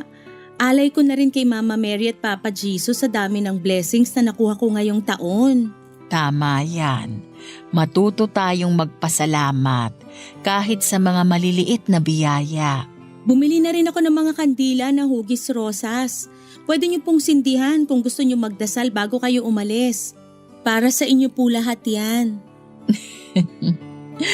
Hindi ko na maalala kung ilang kandila na ang nalusaw sa altar na yan. Hindi ko alam kung nakarating ba sa itaas yung usok na galing sa kandila o baka kinulang pa ako ng sindi. Hindi ko alam. May dasal po ba kayong hindi dininig? Hindi ako naniniwalang hindi napapakinggan ang mga dasal natin. May mga hiling lang talaga na hindi ipinagkakaloob dahil merong mas magandang inihandang plano ang Diyos para sa atin. Kahit hindi po tinupad ang hiling nyo, matindi pa rin po ang kapit nyo sa Diyos, no? Iyon na lang ang dahilan kung bakit hanggang ngayon nandito pa rin ako. Kung hindi nyo naman po mamasamain, pwede po bang malaman kung ano yung hiling nyo na hindi nakarating? Lagi kong nakukwento sa iyo ang tungkol sa asawa ko. Pero hindi ko pa pala siya buong naipakilala sa iyo. Kulas ang pangalan ng asawa ko. Nagpunta siya sa Vietnam para tubusin ang bahay na to at para maipagamot ako. Hindi na siya nakabalik. Sinabi niya uuwi siya ng Miyerkules bago magdilim. Ilang Miyerkules na ang lumipas, pero hindi pa rin siya nakabalik. Kaya po pala kayo pabalik-balik dito ng Miyerkules. Kasi baka sakaling bumalik pa siya. Hindi pa rin naman ako natatapos na manalangin para sa pagbabalik niya. Kahit wala na akong sariling altar o rebulto ni Mama Mary sa bahay ni Fred, nagdadasal pa rin ako. At alam ko, nakakaabot yon sa itaas. Hindi pa po ba kayo napapagod na maghintay? Kaunti na lang ang natitira sa buhay ko. Hayaan nyo na lang na ubusin ko na lang yon sa pag-asa na makakabalik pa sa akin ang asawa ko. Doon ko lang maipapakita ang tiwala ko sa kanya at sa mga salita niya. Kapag sinabi niyang babalik siya, buong puso akong magtitiwalang matutupad niya. Hayaan niyo pong samahan ko kayo sa pagdadasal para mas maging maingay at makarating agad sa taas. Ako ang magpapatuloy ng mga dasal niyo sa altar na to. Salamat, Inana. Hindi talaga ako nagkamali na ikaw ang pinili kong magbantay sa bahay ko. Kaya nga lagi kong pakiusap sa iyo na huwag mong tanggalin ang mga gamit namin ng asawa ko. Kahit ang palitan ng pwesto, pakiusap, wag. Baka kasi bigla siyang dumating. Gusto kong maabutan pa rin niya ang bahay na tulad nung dati nung naandito pa siya. Naiintindihan ko na po. Sinasama kita lagi sa dasal ko na sana huwag kang mapagod sa bahay ko at sa mga gamit ko. Hindi naman dahil sa masyado akong sentimental, pero gusto ko lang na may maabutan ng asawa ko na pamilyar sa kanya kapag nakabalik na siya. Kapag nagdesisyon na ang Diyos na pabalikin siya. Kung pababalikin pa siya. Hindi niyo na po kailangang magpaliwanag pa. Nairason na ng pagmamahal niyo sa asawa niyo ang lahat. Mas nauunawaan ko na. Iba talaga pag ginamitan ng pagmamahal ang pagpapaliwanag. Mas madaling maintindihan. Oo naman, mas madaling maintindihan dahil lengguwahe ng puso ang pag-ibig. Kahit magkakaiba tayo, kung meron kang pag-ibig sa puso mo at ginamit mo yon para makausap ang isang tao, magkakaintindihan kayo. Salamat po, Aling Silva. Ang dami kong natutunan. Aalis na ako. Magdidilim na. May baon po kayong pangtakip sa ulo nyo? Meron. Lagi mo akong binibilinan eh. O sige po, mag-iingat po kayo. Hihintayin ko ang pagdalaw nyo sa susunod na Miyerkules. Inana, Bakit po? babalik pa kaya siya? Babalik pa kaya siya? Iyon ang naging tanong ni Aling Silva na hindi ko nasagot. Kasi hindi ko alam kung makakabalik pa ang asawa niya. Kahit sa puso ko'y ramdam kong wala na ngang pag-asang makabalik pa si Mang Kulas kay Aling Silva. Pero parang nararamdaman ko na wala akong karapatang sabihin ang laman ng isipan ko. Niyakap ko lamang siya, inayos ang pangtakip niya sa ulo at saka hinatid palabas ng bahay. Nginitian niya ako at saka nagpaalam. Pinagmasdan ko siya hanggang sa makasakay na siya ng tricycle pauwi kina Kuya Fred. Nagbalik ako sa loob ng bahay at saka nagsindi ng kandila sa altar. Pinagdasal ko na hindi ang pagbabalik ni Mang Kulas kundi ang lakas para kay Aling Silva. Yon ang mas kailangan sa sitwasyon niya. At araw-araw kong ipagdarasal yon sa altar kung saan niya unang pinagdasal ang pagbabalik ng asawa niya. Papadudot nagpatuloy si Aling Silva sa pagdalaw tuwing Miyerkules sa bahay. Paminsan-minsan ay doon kami sa isang kwarto tumatambay. Kasama niya akong pinaglalaruan ng mga manika at robot na para sana sa mga magiging anak niya. Minsan naman kapag maaga siyang dumarating at nasaktuhang maganda ang panahon, nasa labas kami ng bahay. Doon kami nagkwekwentuhan. Marami na rin akong nalamang kwento sa kanilang dalawa. Pero mas marami akong nalamang kwento sa buhay ni Aling Silva noong mag-isa na lamang siya. Aminado si Aling Silva na naging dependent siya sa kanyang asawa sa lahat ng bagay. Lalo na nung magkasama pa silang dalawa. Parang nawalan siya ng identity sa kung sino at ano nga ba siya. Laging nakakabit ang pangalan niya sa asawa niyang si Mang Kulas.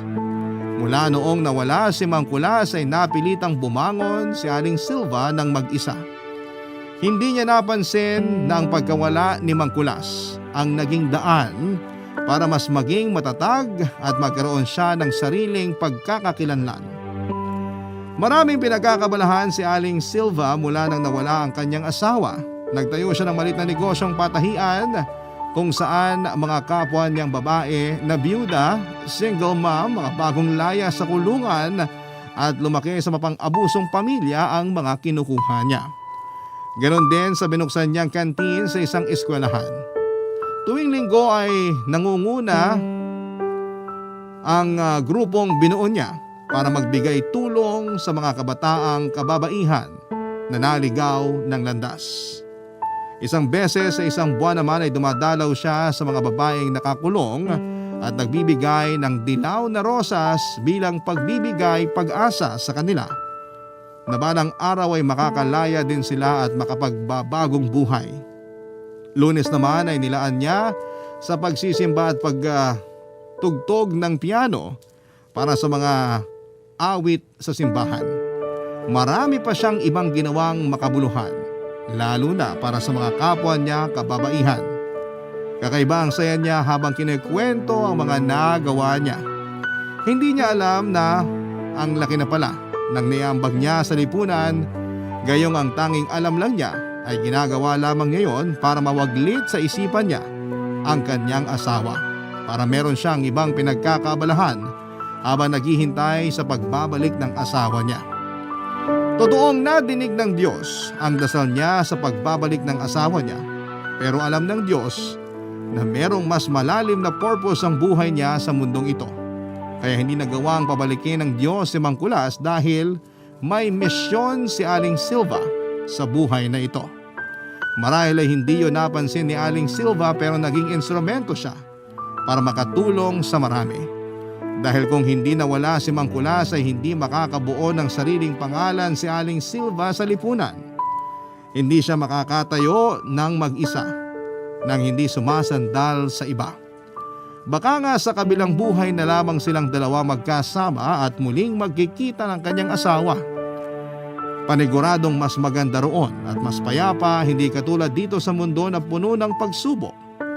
Doon sa itaas ay marami silang oras na magagamit para makapagkwentuhan at muling magmahalan. Darating din ang araw na yon para sa kanilang dalawa. Kasama yon sa mga dinagdag ko sa dasal ko sa altar ni Aling Silva. Alam ko na hindi ako hihindian ng Diyos sa panalangin kong yon. Maraming salamat po sa pagbasa ng aking liham. More power sa Barangay Love Stories.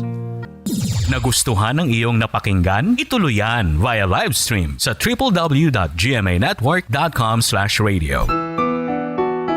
Barangay LS. In Mega Manila, 97.1. Forever! Ang mga kwento ng pag-ibig, kwento ng buhay, at kwento ng pag-asa dito sa Barangay Love Stories. Love Stories.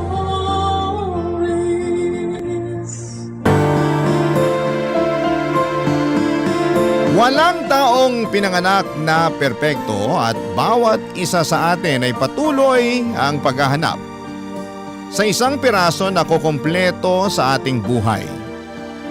Mahanap lang natin ang pirasong ito kapag dumating na sa buhay natin ang taong bubuo nito. Ikaw, kabarangay, ano ang isang bagay na wala sa'yo? Dear Papa Dudut, magandang tanghali po sa inyo. Magandang tanghali rin sa lahat ng nakikinig sa inyong programang Barangay Love Stories. And happy Valentine's Day po sa lahat. Ako po si Thaddeus, 25 years old at isang freelance graphic designer. Hindi katulad ng mga normal na binata ay hindi po ako buo. Literal ito dahil pinanganak po akong walang kamay sa kanang bahagi ng aking braso. Hindi ko alam kung ano ang ginawa ng nanay ko, kung kaya ako nagkaroon ng depekto, pero pagkalabas ko pa lamang ng mundong ito, unang segundo pa lamang ng buhay ko ay meron na akong kapansanan. Hindi ko alam kung bakit ako yung nabigyan ng ganong klaseng birth defect. Parang napaka-unfair lang kung iisipin. Dahil wala pa naman akong ginagawang mali para mabigyan ng ganong kaagang problema. Hindi pa man ako nakapagsisimula ay may disadvantage na agad ako sa buhay na siyang dinala ko hanggang sa pagtanda ko. Papa Dudut, 5 kaming magkakapatid at ako ang bunso. Hindi mayaman ang pamilya namin. Tendera ng isda sa palengke ang nanay kong si Selma, samantalang kargador naman ang tatay ko. Kahit ganoon ang buhay namin ay napupunan naman ng mga magulang namin ang mga pangangailangan namin sa pang-araw-araw. Maliban doon ay punong-puno rin kami ng pagmamahal mula sa magulang. Sa kabila ng kapansanan ko ay sinigurado ng mga magulang ko na hindi sila magkukulang sa pagmamahal at pag-aalaga sa akin. Hindi nila pinaramdam na may mali sa katawan ko. Itinuring nila akong normal katulad ng mga kapatid ko. At isa yon sa mga bagay na ipinagpasalamat ko hanggang ngayon, Papa Dudut.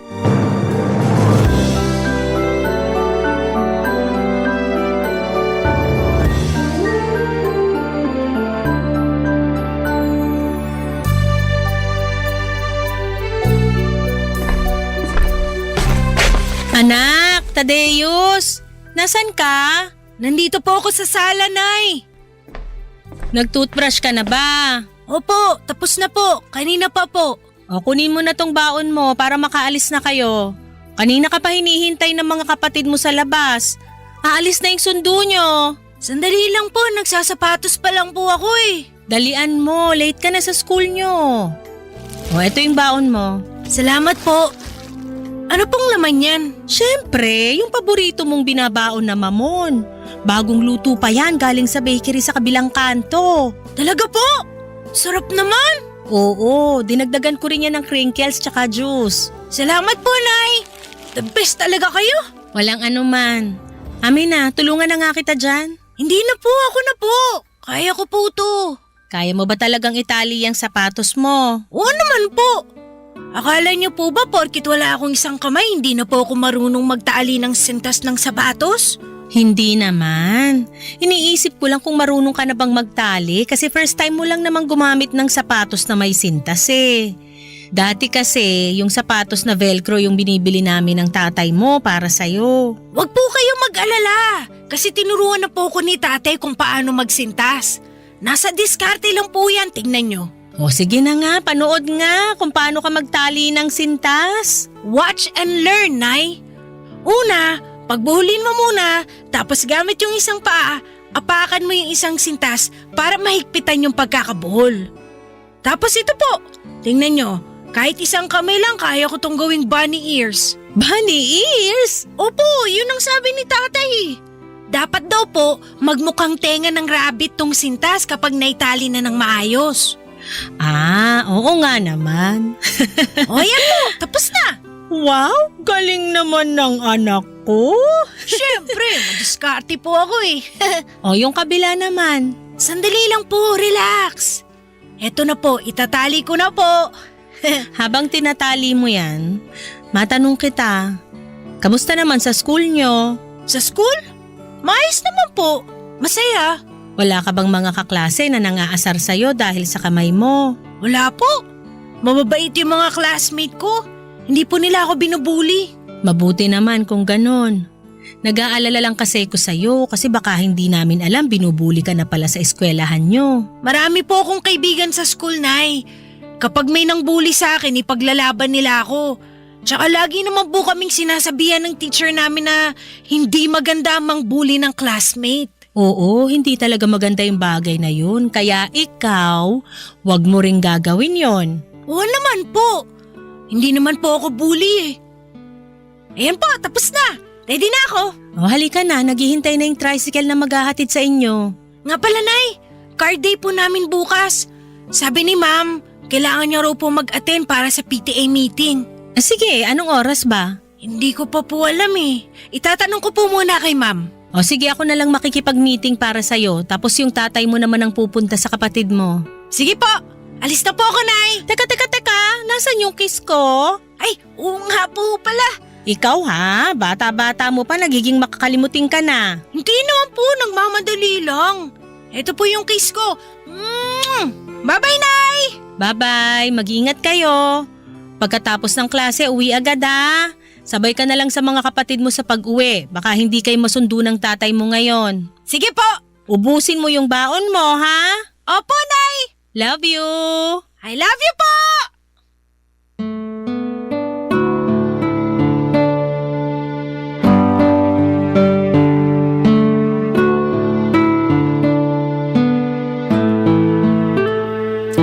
Naging marespeto ang mga kapatid ko pagdating sa kapansanan ko.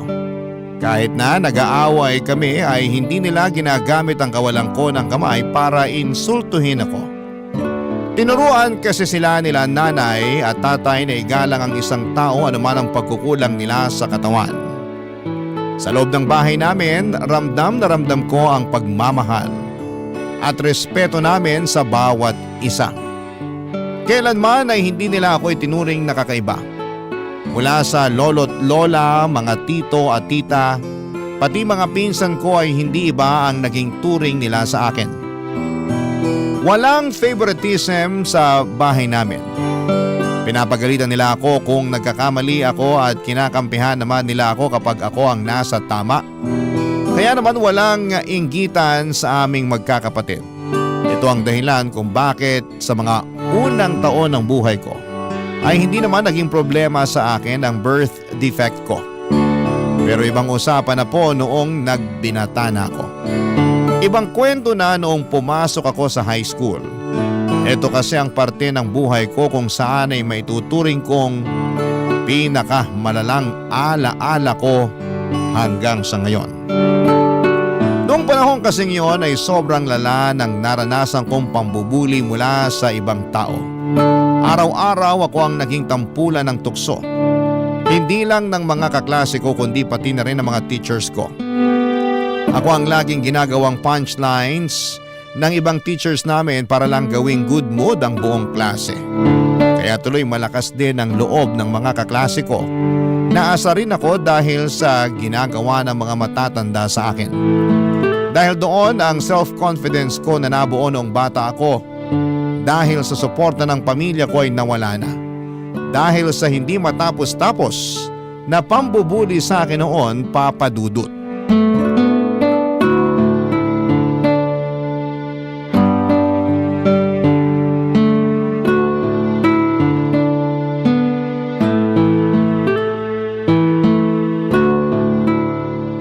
Nay, hindi nyo na po kailangan maghanda ng baon ko.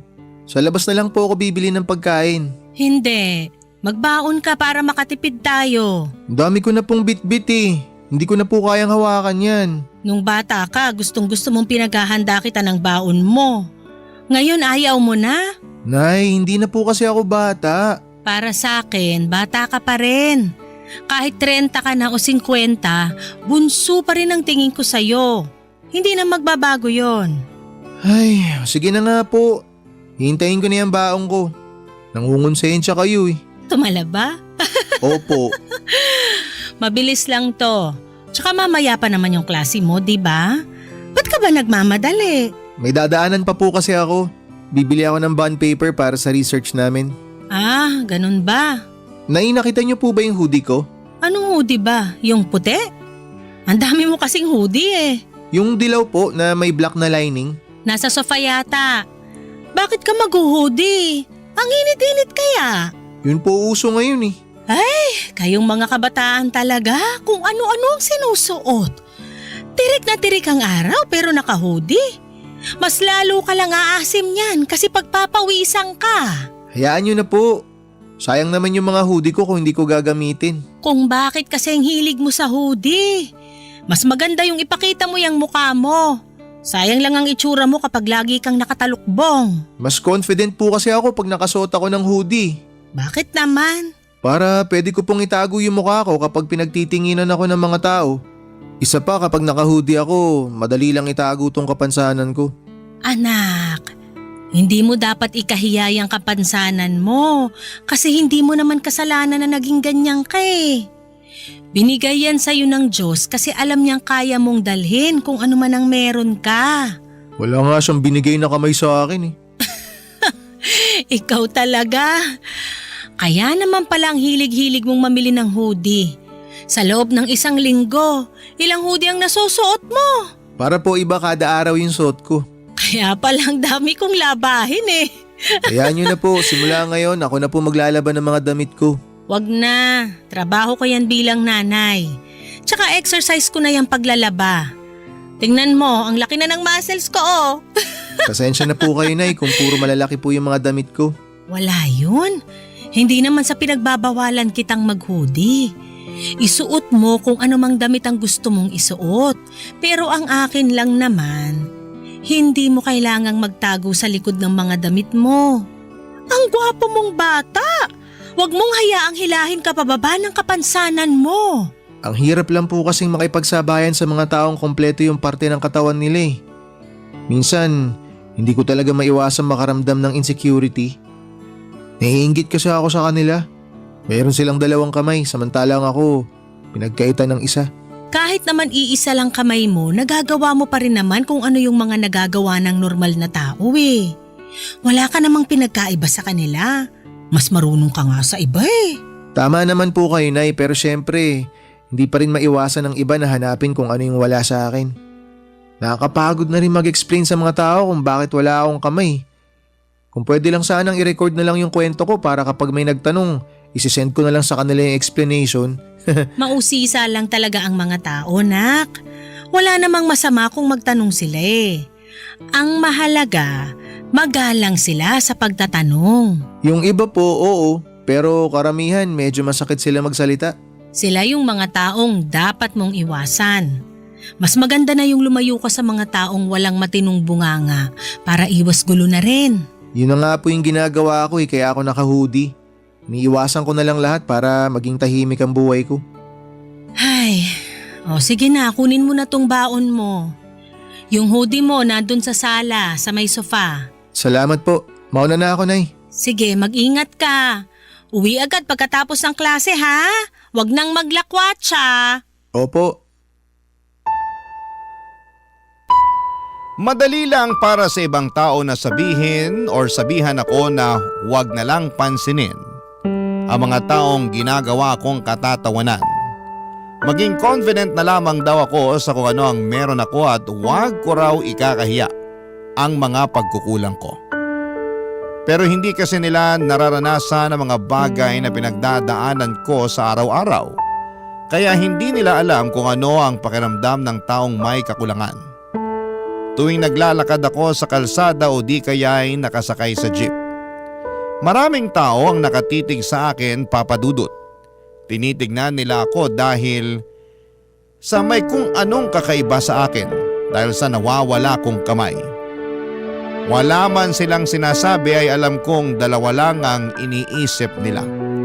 Either naaawa sila sa akin o kaya't nagtataka kung bakit wala akong kamay.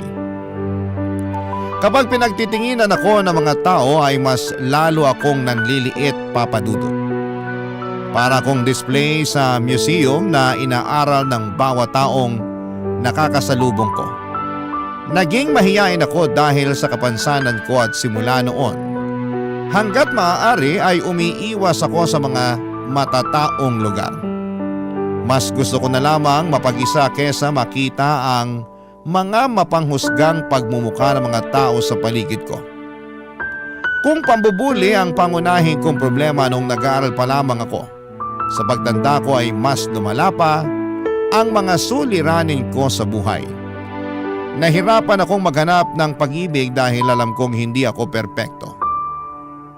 Papa Dudut, napakahirap pong makipagtunggali sa mga kalalakihan na mas buo at mas mataas ang confidence. Kaya naman di na ako umasa noon na may babae pang magkakagusto sa akin ng mga panahong yon, Papa Dudut. Barangay Love Stories. Barangay Love Stories. Out of place. Yan ang pakiramdam ko noong bata pa lamang ako. Feeling ko ay hindi ako parte ng mundong ito dahil sa kapansanan ko. Pagkatapos ko ng college ay nahirapan ako makahanap ng trabaho dahil sa kawalan ko ng kamay. Sabi nila, magiging pabigat lamang ako sa trabaho dahil hindi ako kumpleto lalo na sa mga trabahong nangangailangan ng labor. Para kumita kahit nakapagtapos naman ay wala akong ibang choice kundi ang kunin kung ano ang available. Wala akong permanenteng trabaho noon, Papa Dudut, at para kumita ay kung ano-ano ang mga trabahong kaya kong tanggapin. Kahit maliit ang sweldo ay kinakagat ko. Maliban sa pahirapang makahanap ng trabaho, isa rin po sa mga nahirapan ako ay ang paghahanap ng pag-ibig. Siyempre tao lang din naman ako. Ang puso, may puso rin ako na marunong umibig pero dahil sa kakulangan ko, ay natatakot akong lumapit sa mga babae at makipagkilala dahil alam kong sa huli ay tatanggihan nila ang isang katulad ko. May mga kababaihan din naman akong natitipuhan noon pero hanggang sa malayong tingin na lamang ako dahil nahiya ako makipagkaibigan sa kanila. Pero may isang babae ako noong sobrang nagustuhan na lakas loob kong niligawan, Papa Dudut. Sa kasamaang palad ay nireject niya ako. Masakit ma-reject. Pero ang mas masakit pa dito ay noong sinampal niya. Sinampal niya ako ng katotohanan. Na wala na raw babaeng magkakagusto sa akin dahil kulang-kulang daw ako. Wala daw bababa sa level ko. Lalo na kung wala naman daw akong ibang may offer sa kanila. Ang mga salitang yon ay parang kutsilyong umukit sa aking kaisipan. Kaya naman simula noon ay hindi ko na sinubukang manligaw pa, Papa Dudut.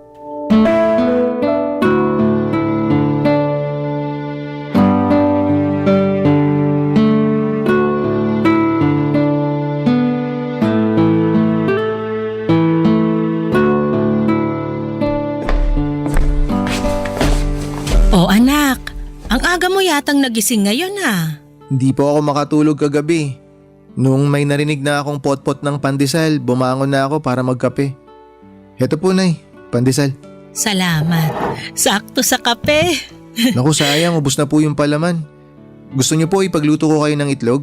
Hindi, wag na. Salamat. Isasawsaw ko na lang to sa kape ko. Dito ka na lang para may makakwentuhan ako. Sige po.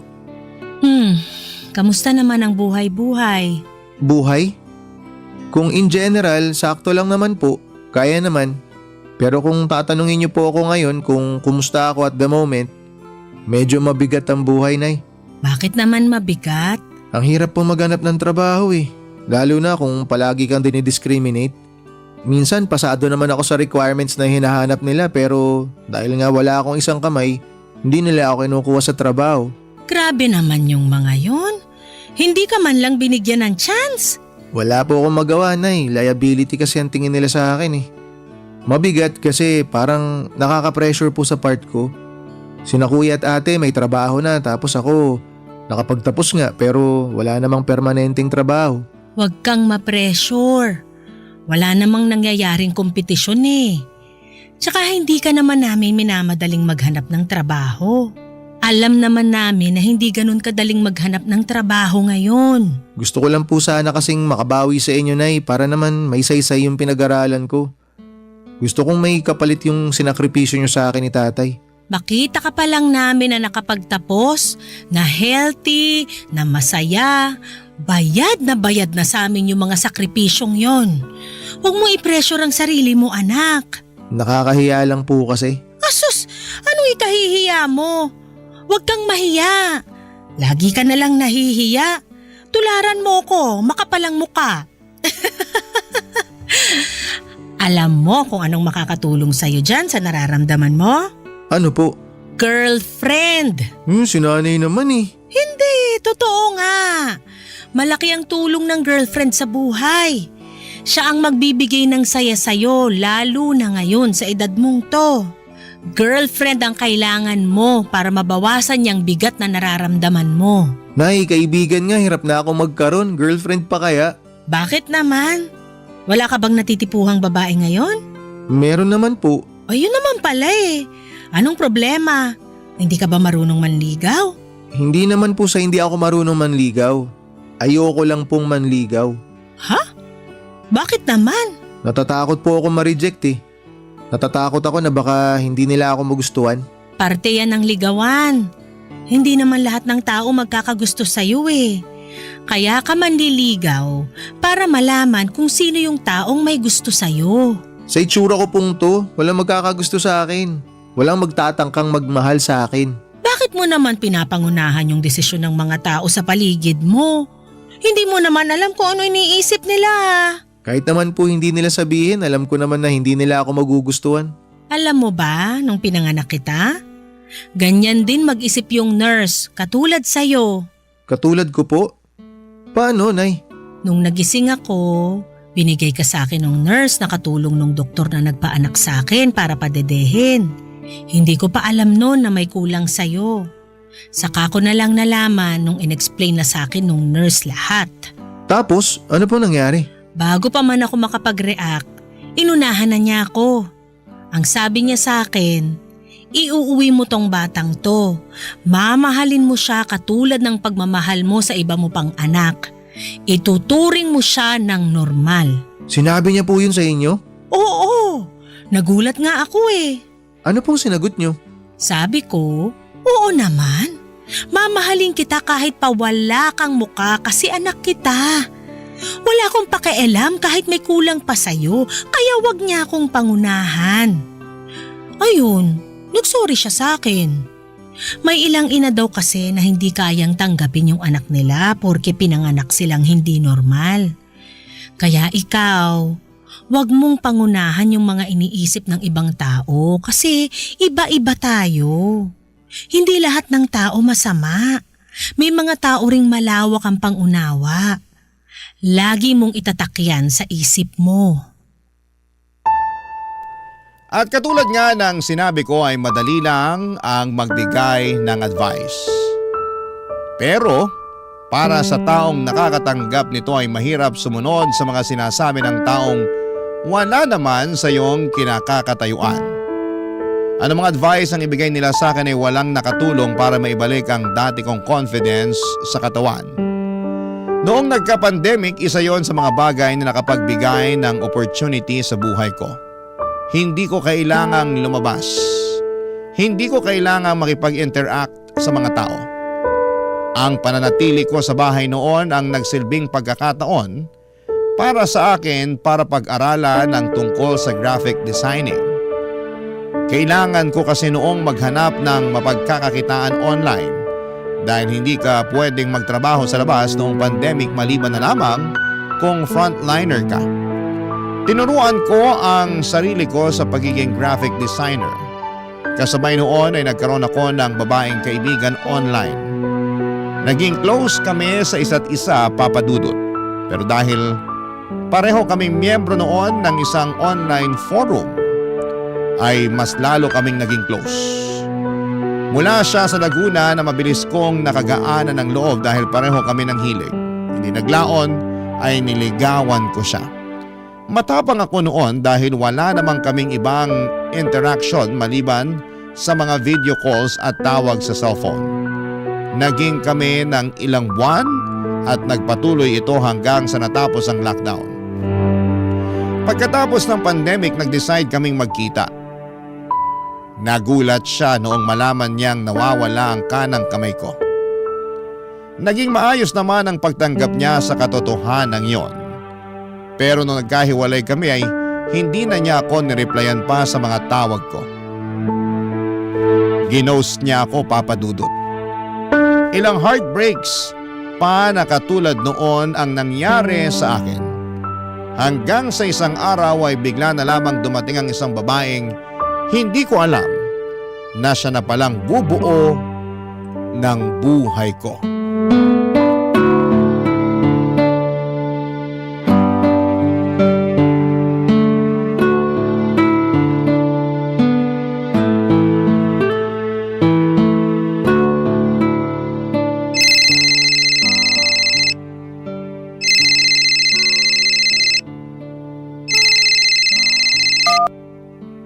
Hello? Hello, good morning po. Si Tadeusz po ba to, yung nagle-layout? Ako nga po. Sino po sila? Ako si Cecil. Naghahanap po kasi ako ng layout artist. May kaibigan kasi ako na nag-recommend sa inyo. Binigay niya yung number mo sa akin. May ipapagawa po ba kayo? Meron sana eh. Gumagawa ka ba ng school paper? School paper? Oo, yung parang diary siya pero para sa school. Hindi kasi ako marunong mag-layout eh. Kaya naghahanap sana ako ng makakatulong sa akin. Gumagawa ka ba nun? Nakagawa na ako dati ng newsletter para sa isang company. Parang parehas din naman yun, di ba? Oo, ganun na ganun yung gagawin mo. Patulong naman po ako. Kaya po ba? Kaya naman, basta layouting lang ang gagawin ko.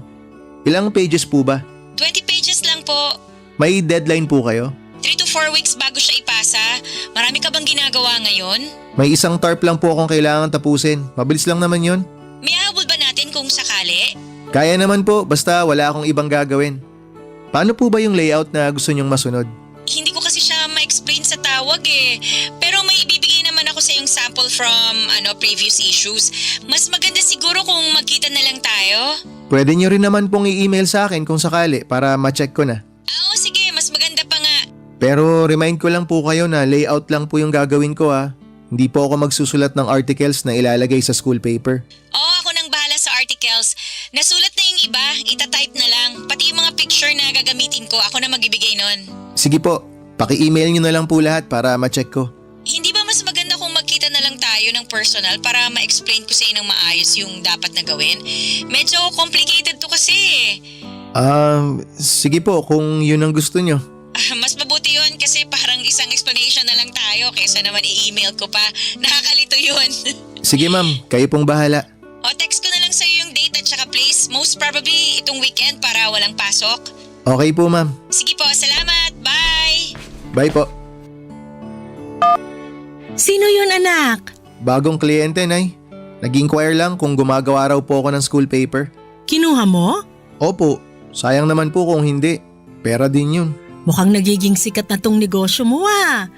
Tingnan mo, kapag hindi ka nagmamadali, darating at darating din yung trabahong para sa'yo. Pero kung hindi pa po nag-pandemic, hindi ako magkakaroon ng oras para aralin tong ganitong klaseng trabaho. Dahil yan sa pagiging pursigido mo sa buhay. Salamat, Nay. Babae ba yung kliyente mong yon? Opo, teacher po yata. Bakit, Nay? Teacher? Wala naman. Baka lang siya na rin pala yung inaantay mo. Inaantay po na ano? Girlfriend! Di ba matagal ka na rin naghahanap ng girlfriend? Si nanay naman eh. Hindi naman po ako naghahanap. Tsaka trabaho lang po to, walang halong mali siya. Malay mo lang naman. Ang pag-ibig, unpredictable yan. Dumarating na lang kung kailan hindi natin inaasahan. Anong pangalan niya? Cecil po. Pangalan pa lang maganda na, oh. Nay, kliyente ang kailangan ko, hindi girlfriend. At tong si Ma'am Cecil, kliyente ko lang siya. Wala namang masama dun eh. Bahala nga kayo, Nay. Basta ako, kliyente ang hinahanap ko. Oo na, binibiro lang naman kita eh. Halika na, samahan mo ko. Saan po tayo pupunta? Samahan mo ko sa palengke. Baka makahanap tayo doon ng gustong magpagawa ng tarpaulin. Ipapakilala kita sa mga kakilala ko doon. Sige po, magbibihis lang ako. Magsusuot ka na naman ng hoodie. Syempre naman po. Hindi pa kayo nasanay. Hala, sige dalian mo. Aantay na lang kita sa labas. Sige po. Noong mga panahong yon ay kasi simula ko pa lamang napasukin ang larangan ng graphic designing. May ilang naging kliyente na rin naman ako pero hindi ko inaasahan na magiging in demand ang trabaho kong yon. Pinili ko lang naman ang profesyong yon dahil yon lamang ang trabaho kung saan ay hindi ako nakikita ng mga tao.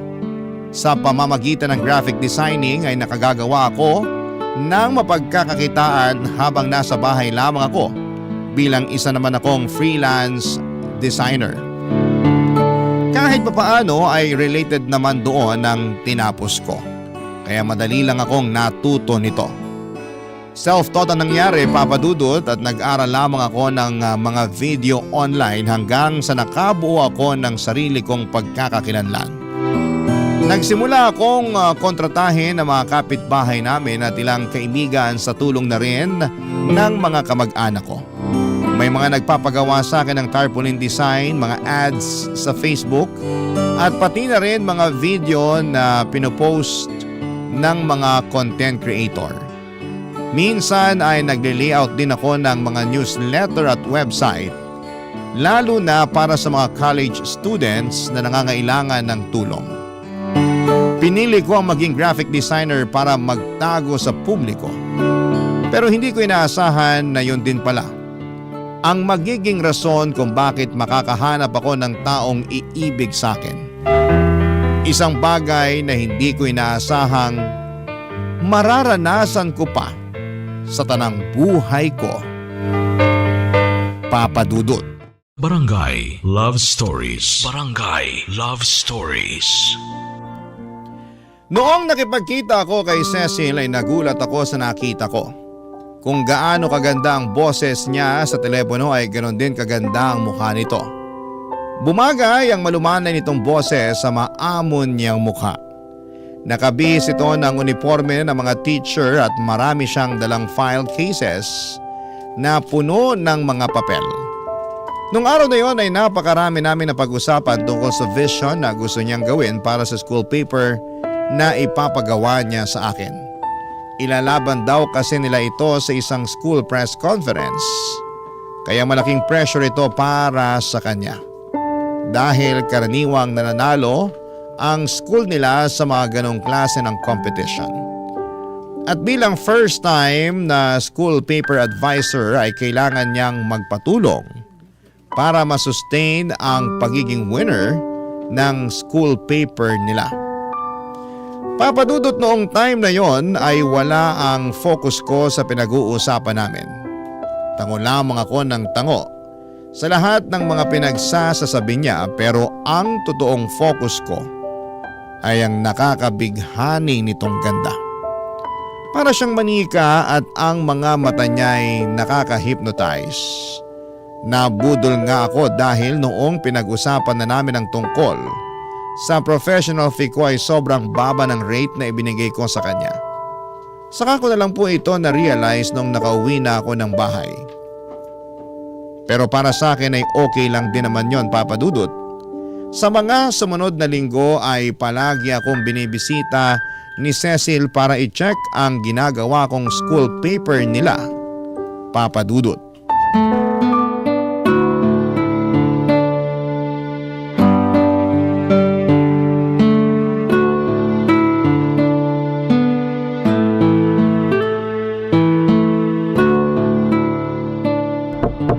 Anak? Anak, nandyan ka ba? Nay, bakit po? Natutulog ka ba? Anong ginagawa mo? Nagtatrabaho po ako ngayon. Bakit po? Sakto, may bisita ka. Si Ma'am Cecil. Titingnan daw niya yung pinagawa niyang school paper. Sandali lang po. Lalabas na ako. Nasa sala siya, pinapasok ko na. Hindi mo naman sinabi, ang ganda pala nung Ma'am Cecil na yun. Oh, Nay, magsisimula na naman kayo. Sinabi ko lang naman na maganda siya eh. Hala, sige na, puntahan mo na siya ron. Okay po. Hello po, ma'am. Hello, good morning. Masyado ba ako maaga? Hindi ba kita naabala? Hindi naman po. Actually, tinatrabaho ko na yung school paper nyo nung dumating kayo. Eto, nagdala ko ng merienda. Naku, nag-abala pa po kayo. Salamat po. Lagay ko lang po ito dito sa lamesa. Maupo muna kayo, ma'am. Salamat. I-check ko lang sana yung progress ng school paper. Nagtatanong na kasi ng update yung principal namin eh. Heto po, setup ko lang sandali. Pwede niyo pong i-check ngayon, ma'am. Tapos na po ako sa mga balita. Doon na ako sa editorial page. Ang bilis mo naman palang magtrabaho. Nakalimang page ka na kagad. Magdamag ko po yung ginawa. Tsaka yung iba, kinopy-paste ko lang since soft copy naman yung ibang articles nyo. Kaso ma'am, may mga bakante pang page kasi kulang pa po yung mga article. Oo nga, hindi pa tapos yung iba eh. May bagong event pa kasi sa school na gagawin next week. Gagawan pa lang yun ng balita tapos gusto ng principal namin na isama yun sa front page. So babaguhin po ulit natin yung laman ng front page? Oo sana. Wala tayong magagawa eh, utos ng principal. Okay lang po yun, walang problema. Parte po talaga ng trabaho yan, yung maraming adjustments. Kaya nga ako nagpunta rito para mabantayan tong ginagawa mo. Para kung may ipapabago pa, masabi ko kagad. Okay lang ba yon? Okay lang po ma'am. Mas maganda nga po yun para hindi na ako text ng text sa inyo kapag meron akong gustong i-clarify. Sige, wala rin naman akong ginagawa sa bahay eh. Kaya naisip ko na pumunta na lang dito baka sakaling may maitulong ako. Kompleto naman na po to, di ba ma'am? Oo, final na yan. Wala nang papalitan dyan. Ma'am, kayo po ba nagsulat ng mga to? Yung iba ako, yung ilan naman dyan, mga estudyante ang gumawa. Pinroofread ko na lang. Ang gaganda po ng gawa nyo. Ay, talaga ba? First time ko lang magsulat ng mga ganyan eh. Bagong teacher lang po ba kayo? Oo, kakapasa ko lang last year tapos this school year lang ako nakapagsimula na magtrabaho. Tapos, inatang na agad sa inyo tong ganitong trabaho? Oo nga eh, medyo matanda na rin kasi yung school paper advisor na pinalitan ko. Malapit na siya mag-retire kaya nag-request siya na ipasa na sa mas bata yung trabaho niya. Eh ako yung pinakabatang teacher sa amin kaya sa akin napunta to. Pero wala pa po talaga kayong experience sa paggawa ng ganito, ma'am? Wala pa, although nung nag-aaral pa ako, part na rin naman ako ng school press kaya may konting alam na ako kahit papano. Binasa ko nga po yung sinulat nyo. Magaganda po. Talaga? Wala yung halong bola ha? Naku ma'am, seryoso po, walang halong bola yun. Isa yun sa dahilan kung bakit medyo natatagalan ako sa pagtatype kasi binabasa ko yung mga sinusulat nyo. Malaman po tsaka halatang galing sa puso. Lalo na yung tungkol sa kawalan ng suporta sa mga teacher. Ang dami nyo pong punto na naibigay dun. Based din kasi sa experience eh, kaya madali lang isulat. Teacher din kasi dati yung mama ko kaya alam na alam ko na kung anong buhay ng mga teacher dito sa Pinas. Bakit po pagtuturo ang kinuha nyo kung alam nyo naman po pala na mahirap magturo dito sa atin? Yun din kasi yung passion ko eh. Umaasa na lang ako na sa mga susunod na taon may magbabago na rin. Sa bagay, mukhang priority na rin naman nila ngayon ng mga teacher eh. Sana nga totohanin nila yung mga pangako nila, hindi puro salita lang. Ikaw naman, matagal ka na bang graphic designer? Baguhan lang din po ako. Nagsimula ako nung pandemic. Ah, talaga? Opo, hirap po maghanap ng trabaho kaya naisip ko pong kumuha ng mga racket patungkol sa layouting. Nagsimula po ako online hanggang sa nagtuloy-tuloy na. Mabuti naman may magandang naidulot sa'yo yung pandemic. Oo nga po eh.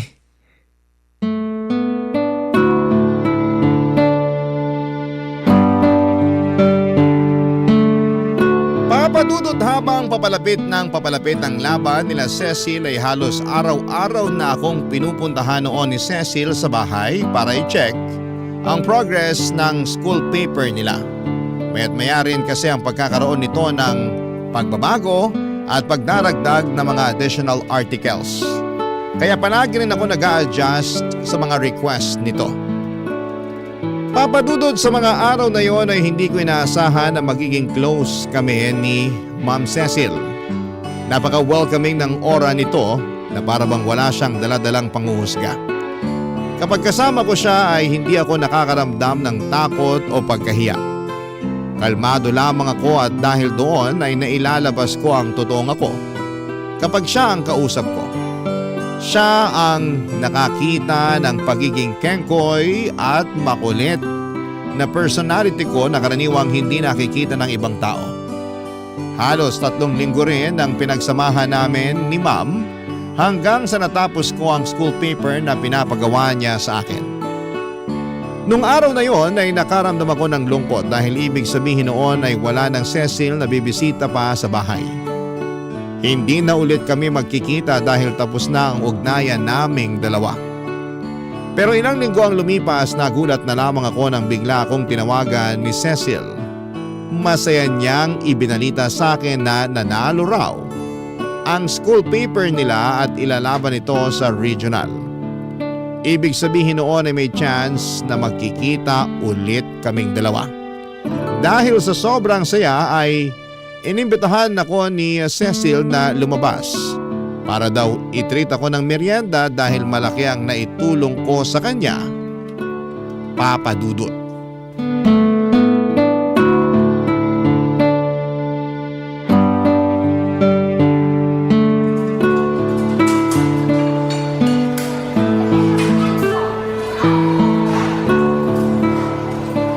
Salamat po pala ma'am sa pag-imbita niyo sa akin dito. Wala yun. Matagal na talaga sana kitang gustong i-invite na kumain sa labas. Kasi malaki talaga yung naitulong mo sa akin eh. Returning the favor, kumbaga. Hindi niyo naman na po kailangan gawin yun ma'am. Kasi ginawa ko lang naman po yung trabaho ko. Oo naman, pero may effort at concern yung ginawa mong trabaho eh. Hindi lang basta makapag-layout yung ginawa mo. Tumulong ka ring magbigay ng inputs at suggestions. Laking tulong nun kaya tayo nanalo sa school paper. Congratulations po pala. Salamat. Ano po pala yung sinalihan nyo? Para saan po ba yun? Yearly kasi, nagkakaroon ng competition for journalism ang DepEd. Naglalaban-laban yung mga bata sa pagsusulat ng balita, sports news, editorial at kung ano-ano pa. Ah, naalala ko nga may ganyan din sa amin noon. Sumali ka rin ba nung bata ka? Hindi po. Hindi naman po ako matalino para sa mga ganyang bagay. Pero hindi pa yun ang end ng competition kasi may next level pa. After ng division, meron pang regional competition. Talaga po? May regional pa? Oo, ang mangyayari niyan, magtatapat-tapat lahat ng nanalo sa isang region. Kung sinong mananalo, yun ang ilalaban nila para naman sa nationals. Ah, ganun pala yun. Kaya mag-ready ka kasi panigurado maraming adjustments ulit ang gagawin sa school paper natin. Basta PM nyo lang po ako. Anytime naman ma'am, available ako. Matagal pa naman yun kaya may time ka pang kumuha ng ibang clients mo. Pati kayo makakapagpahinga na rin siguro sa wakas. Oo, sana. Kaso may bago na namang ipapagawa sa akin. Alam mo naman kapag teacher, hindi naubusan ng trabaho. Akala ko naman makakapagpahinga na kayo ma'am. Sanay na ako. Ito yung pinasok kong profesyon kaya ganitong buhay na rin ang inaasahan ko. Sanayan lang po talaga no? Totoo. Ay, may tanong pala ako sa'yo. Ano po yun? Huwag ka sana ma-offend ha. Noon ko pa kasi napansin, nahiya lang ako magtanong pero ano nangyari dyan sa isang kamay mo? Ah, ito po ba? Ipinanganak na po akong ganito. Birth defect. Pagkasilang ko po, wala na talaga akong kamay. Oh, ganun ba? Ang hirap siguro niya nung bata ka pa, no? Hindi naman po naging mahirap, ma'am. Ang maganda po dito, ganito na po ako nung isinilang kaya naging parte na rin siya ng paglaki ko, tung kapansanan ko. Hindi na po ako nahirapang mag-adjust kasi nung bata ako, natutunan ko naman po agad kung paano gumalaw ng isa lang po ang kamay. Kung sa bagay, tama ka naman. Pero ang naging mahirap po para sa akin noon, nung na-realize ko na iba po pala ako kumpara sa mga normal na tao. Dito po kasi sa Pilipinas, kapag kakaiba ka, katawa-tawa ka eh. Nabully ka ba noon? Sobra po. Araw-araw. Kapag meron silang pagkakataon, lagi akong iniinsulto. Lagi nila akong pinagtatawanan. Oh, grabe. Pero wala na po sa akin yun, ma'am. Napatawad ko na rin naman sila. Mga bata pa kasi kami noon kaya di pa marunong mag-isip ng matino. Eh ngayon ba, wala na bang nambubuli sa'yo? Wala na pong makakabuli sa akin kasi hindi na po ako masyado nagpapakita sa tao eh. Hindi ka naman mabubuli kung hindi ka magpapabuli kaya ang ginawa ko, nagtago na lang po ako. Nakakalungkot naman. Dapat hindi ka magtago. Dapat nga maging proud ka. Kasi sa kabila ng lahat, napakatalentado mong tao. Eh ma'am, aanuhin ko naman po yung talento kung ang unang napapansin sa akin ay yung kapansanan ko. No-offend ka pa rin ba kapag pinapansin ng iba yung kapansanan mo? Siyempre naman po. Alam ko na kung bakit. Sige po ma'am, bakit nga po ba? Kasi, ikaw mismo ang bumubuli sa sarili mo. Ikaw mismo yung nag-iisip na hindi ka magaling dahil lang sa iisa yung kamay mo. Yung mindset mo ba, hindi ka worth it kasi hindi ka buo. Ikaw yung pinakaunang bully ng sarili mo. Ay, siguro nga po tama kayo. Ang totoo niyan, hindi ko rin tanggap tong sarili ko eh. Lagi kong tinatanong ang sarili ko kung bakit ako ganito. Tingnan mo ako. Kita mo tang sungki-sungki kong ngipin? Kinakaya ko rin to noon. Binubuli ako kasi iba-iba raw yung direksyon ng ngipin ko. Pero pagtanda ko, natutunan ko rin tanggapin tong ngipin ko. Ba't ko ikakahiya, di ba? O ngayon, ngiti lang ako ng ngiti. Kiber kung sungki-sungki ngipin ko. Wala naman sila magagawa dun eh. Di ba? Sobrang ganda niyo pa rin ma'am kahit nga sungki yung ngipin niyo eh. Exactly!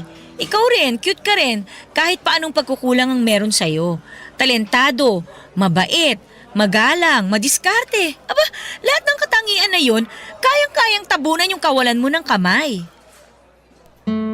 Pagkatapos ng araw na yon ay inad ako ni Ma'am sa Facebook para mas maging mabilis daw ang pag-contact nito sa akin kapag nangangailangan ulit siya ng graphic designer. Isa pa ay kailangan pa nilang ilaban ang school paper nila sa next level kaya marami pa silang kailangang palitan at ayusin. Sa pamamagitan noon ay mas lumalim pa ang pagkakaibigan namin ni Cecil. Hanggang sa na-realize kong nahuhulog na ang loob ko sa kanya. Lakas loob akong nag-confess ng pagkagusto ko sa kanya, Papa Dudut. At nagulat ako noong tinanggap niya ako nang walang pag-aalinlangan. Niligawan ko siya ng ilang buwan at sa unang pagkakataon ay may isang babaeng sumagot sa akin. Tinanggap ako ni Cecil kahit na hindi ako buo. Minahal niya ako kahit na hindi ako kumpleto. Siya ang taong bumuo sa nawawalang piraso ng buhay ko. Si Cecil ang isang taong naging rason kung bakit tanumbalik ang saya at sigla ng buhay ko. Dahil kay Cecil ay bumalik ang confidence ko sa sarili ko na matagal ko nang binitawan. Sa unang pagkakataon ay naging proud ako sa sarili ko. Tinanggap ko ng buo ang kapansanan ko at hindi ko na itinago ang kakulangan ko. Noong time na yon, Papa Dudut, ay itinigil ko na ang paggamit ng hoodie na naging simbolo ng kahihiyan ko dahil sa birth defect na ibinigay sa akin. Papa Dudut, mahirap buuin ang kumpiyansa sa sarili lalo na kung paulit-ulit na ipinamumukha sa iyo ng mga tawa mga bagay na wala ka. Pero minsan ay may darating sa buhay natin. Natutulong sa ating bumangon at lumaban. Para sa akin ay si Cecil yon na hanggang ngayon ay patuloy ang pagmamahal at pagtanggap sa isang tulad ko. Isang taon na po kami magkasintahan at ang relasyon at patuloy pa kaming gumagawa ng mga bagong alaala. Dito na po nagtatapos ang kwento ko. Muli, Happy Valentine's Day po sa inyong lahat at sana po ay masaya kayo sa araw na ito. Ang inyong forever kapuso at kabarangay. Happy Valentine's Day po sa inyong lahat. Tadeus. Barangay Love Stories. Barangay Love Stories. Nakakaantig naman talaga ang ating kwento. Ikaw ba, kabarangay? Nakarelate ka ba sa story natin ngayon? Kwentuhan naman tayo dito sa comment section. Nagustuhan ng iyong napakinggan? Ituloy yan via live stream sa www.gmanetwork.com/radio. Barangay LS 97.1 forever.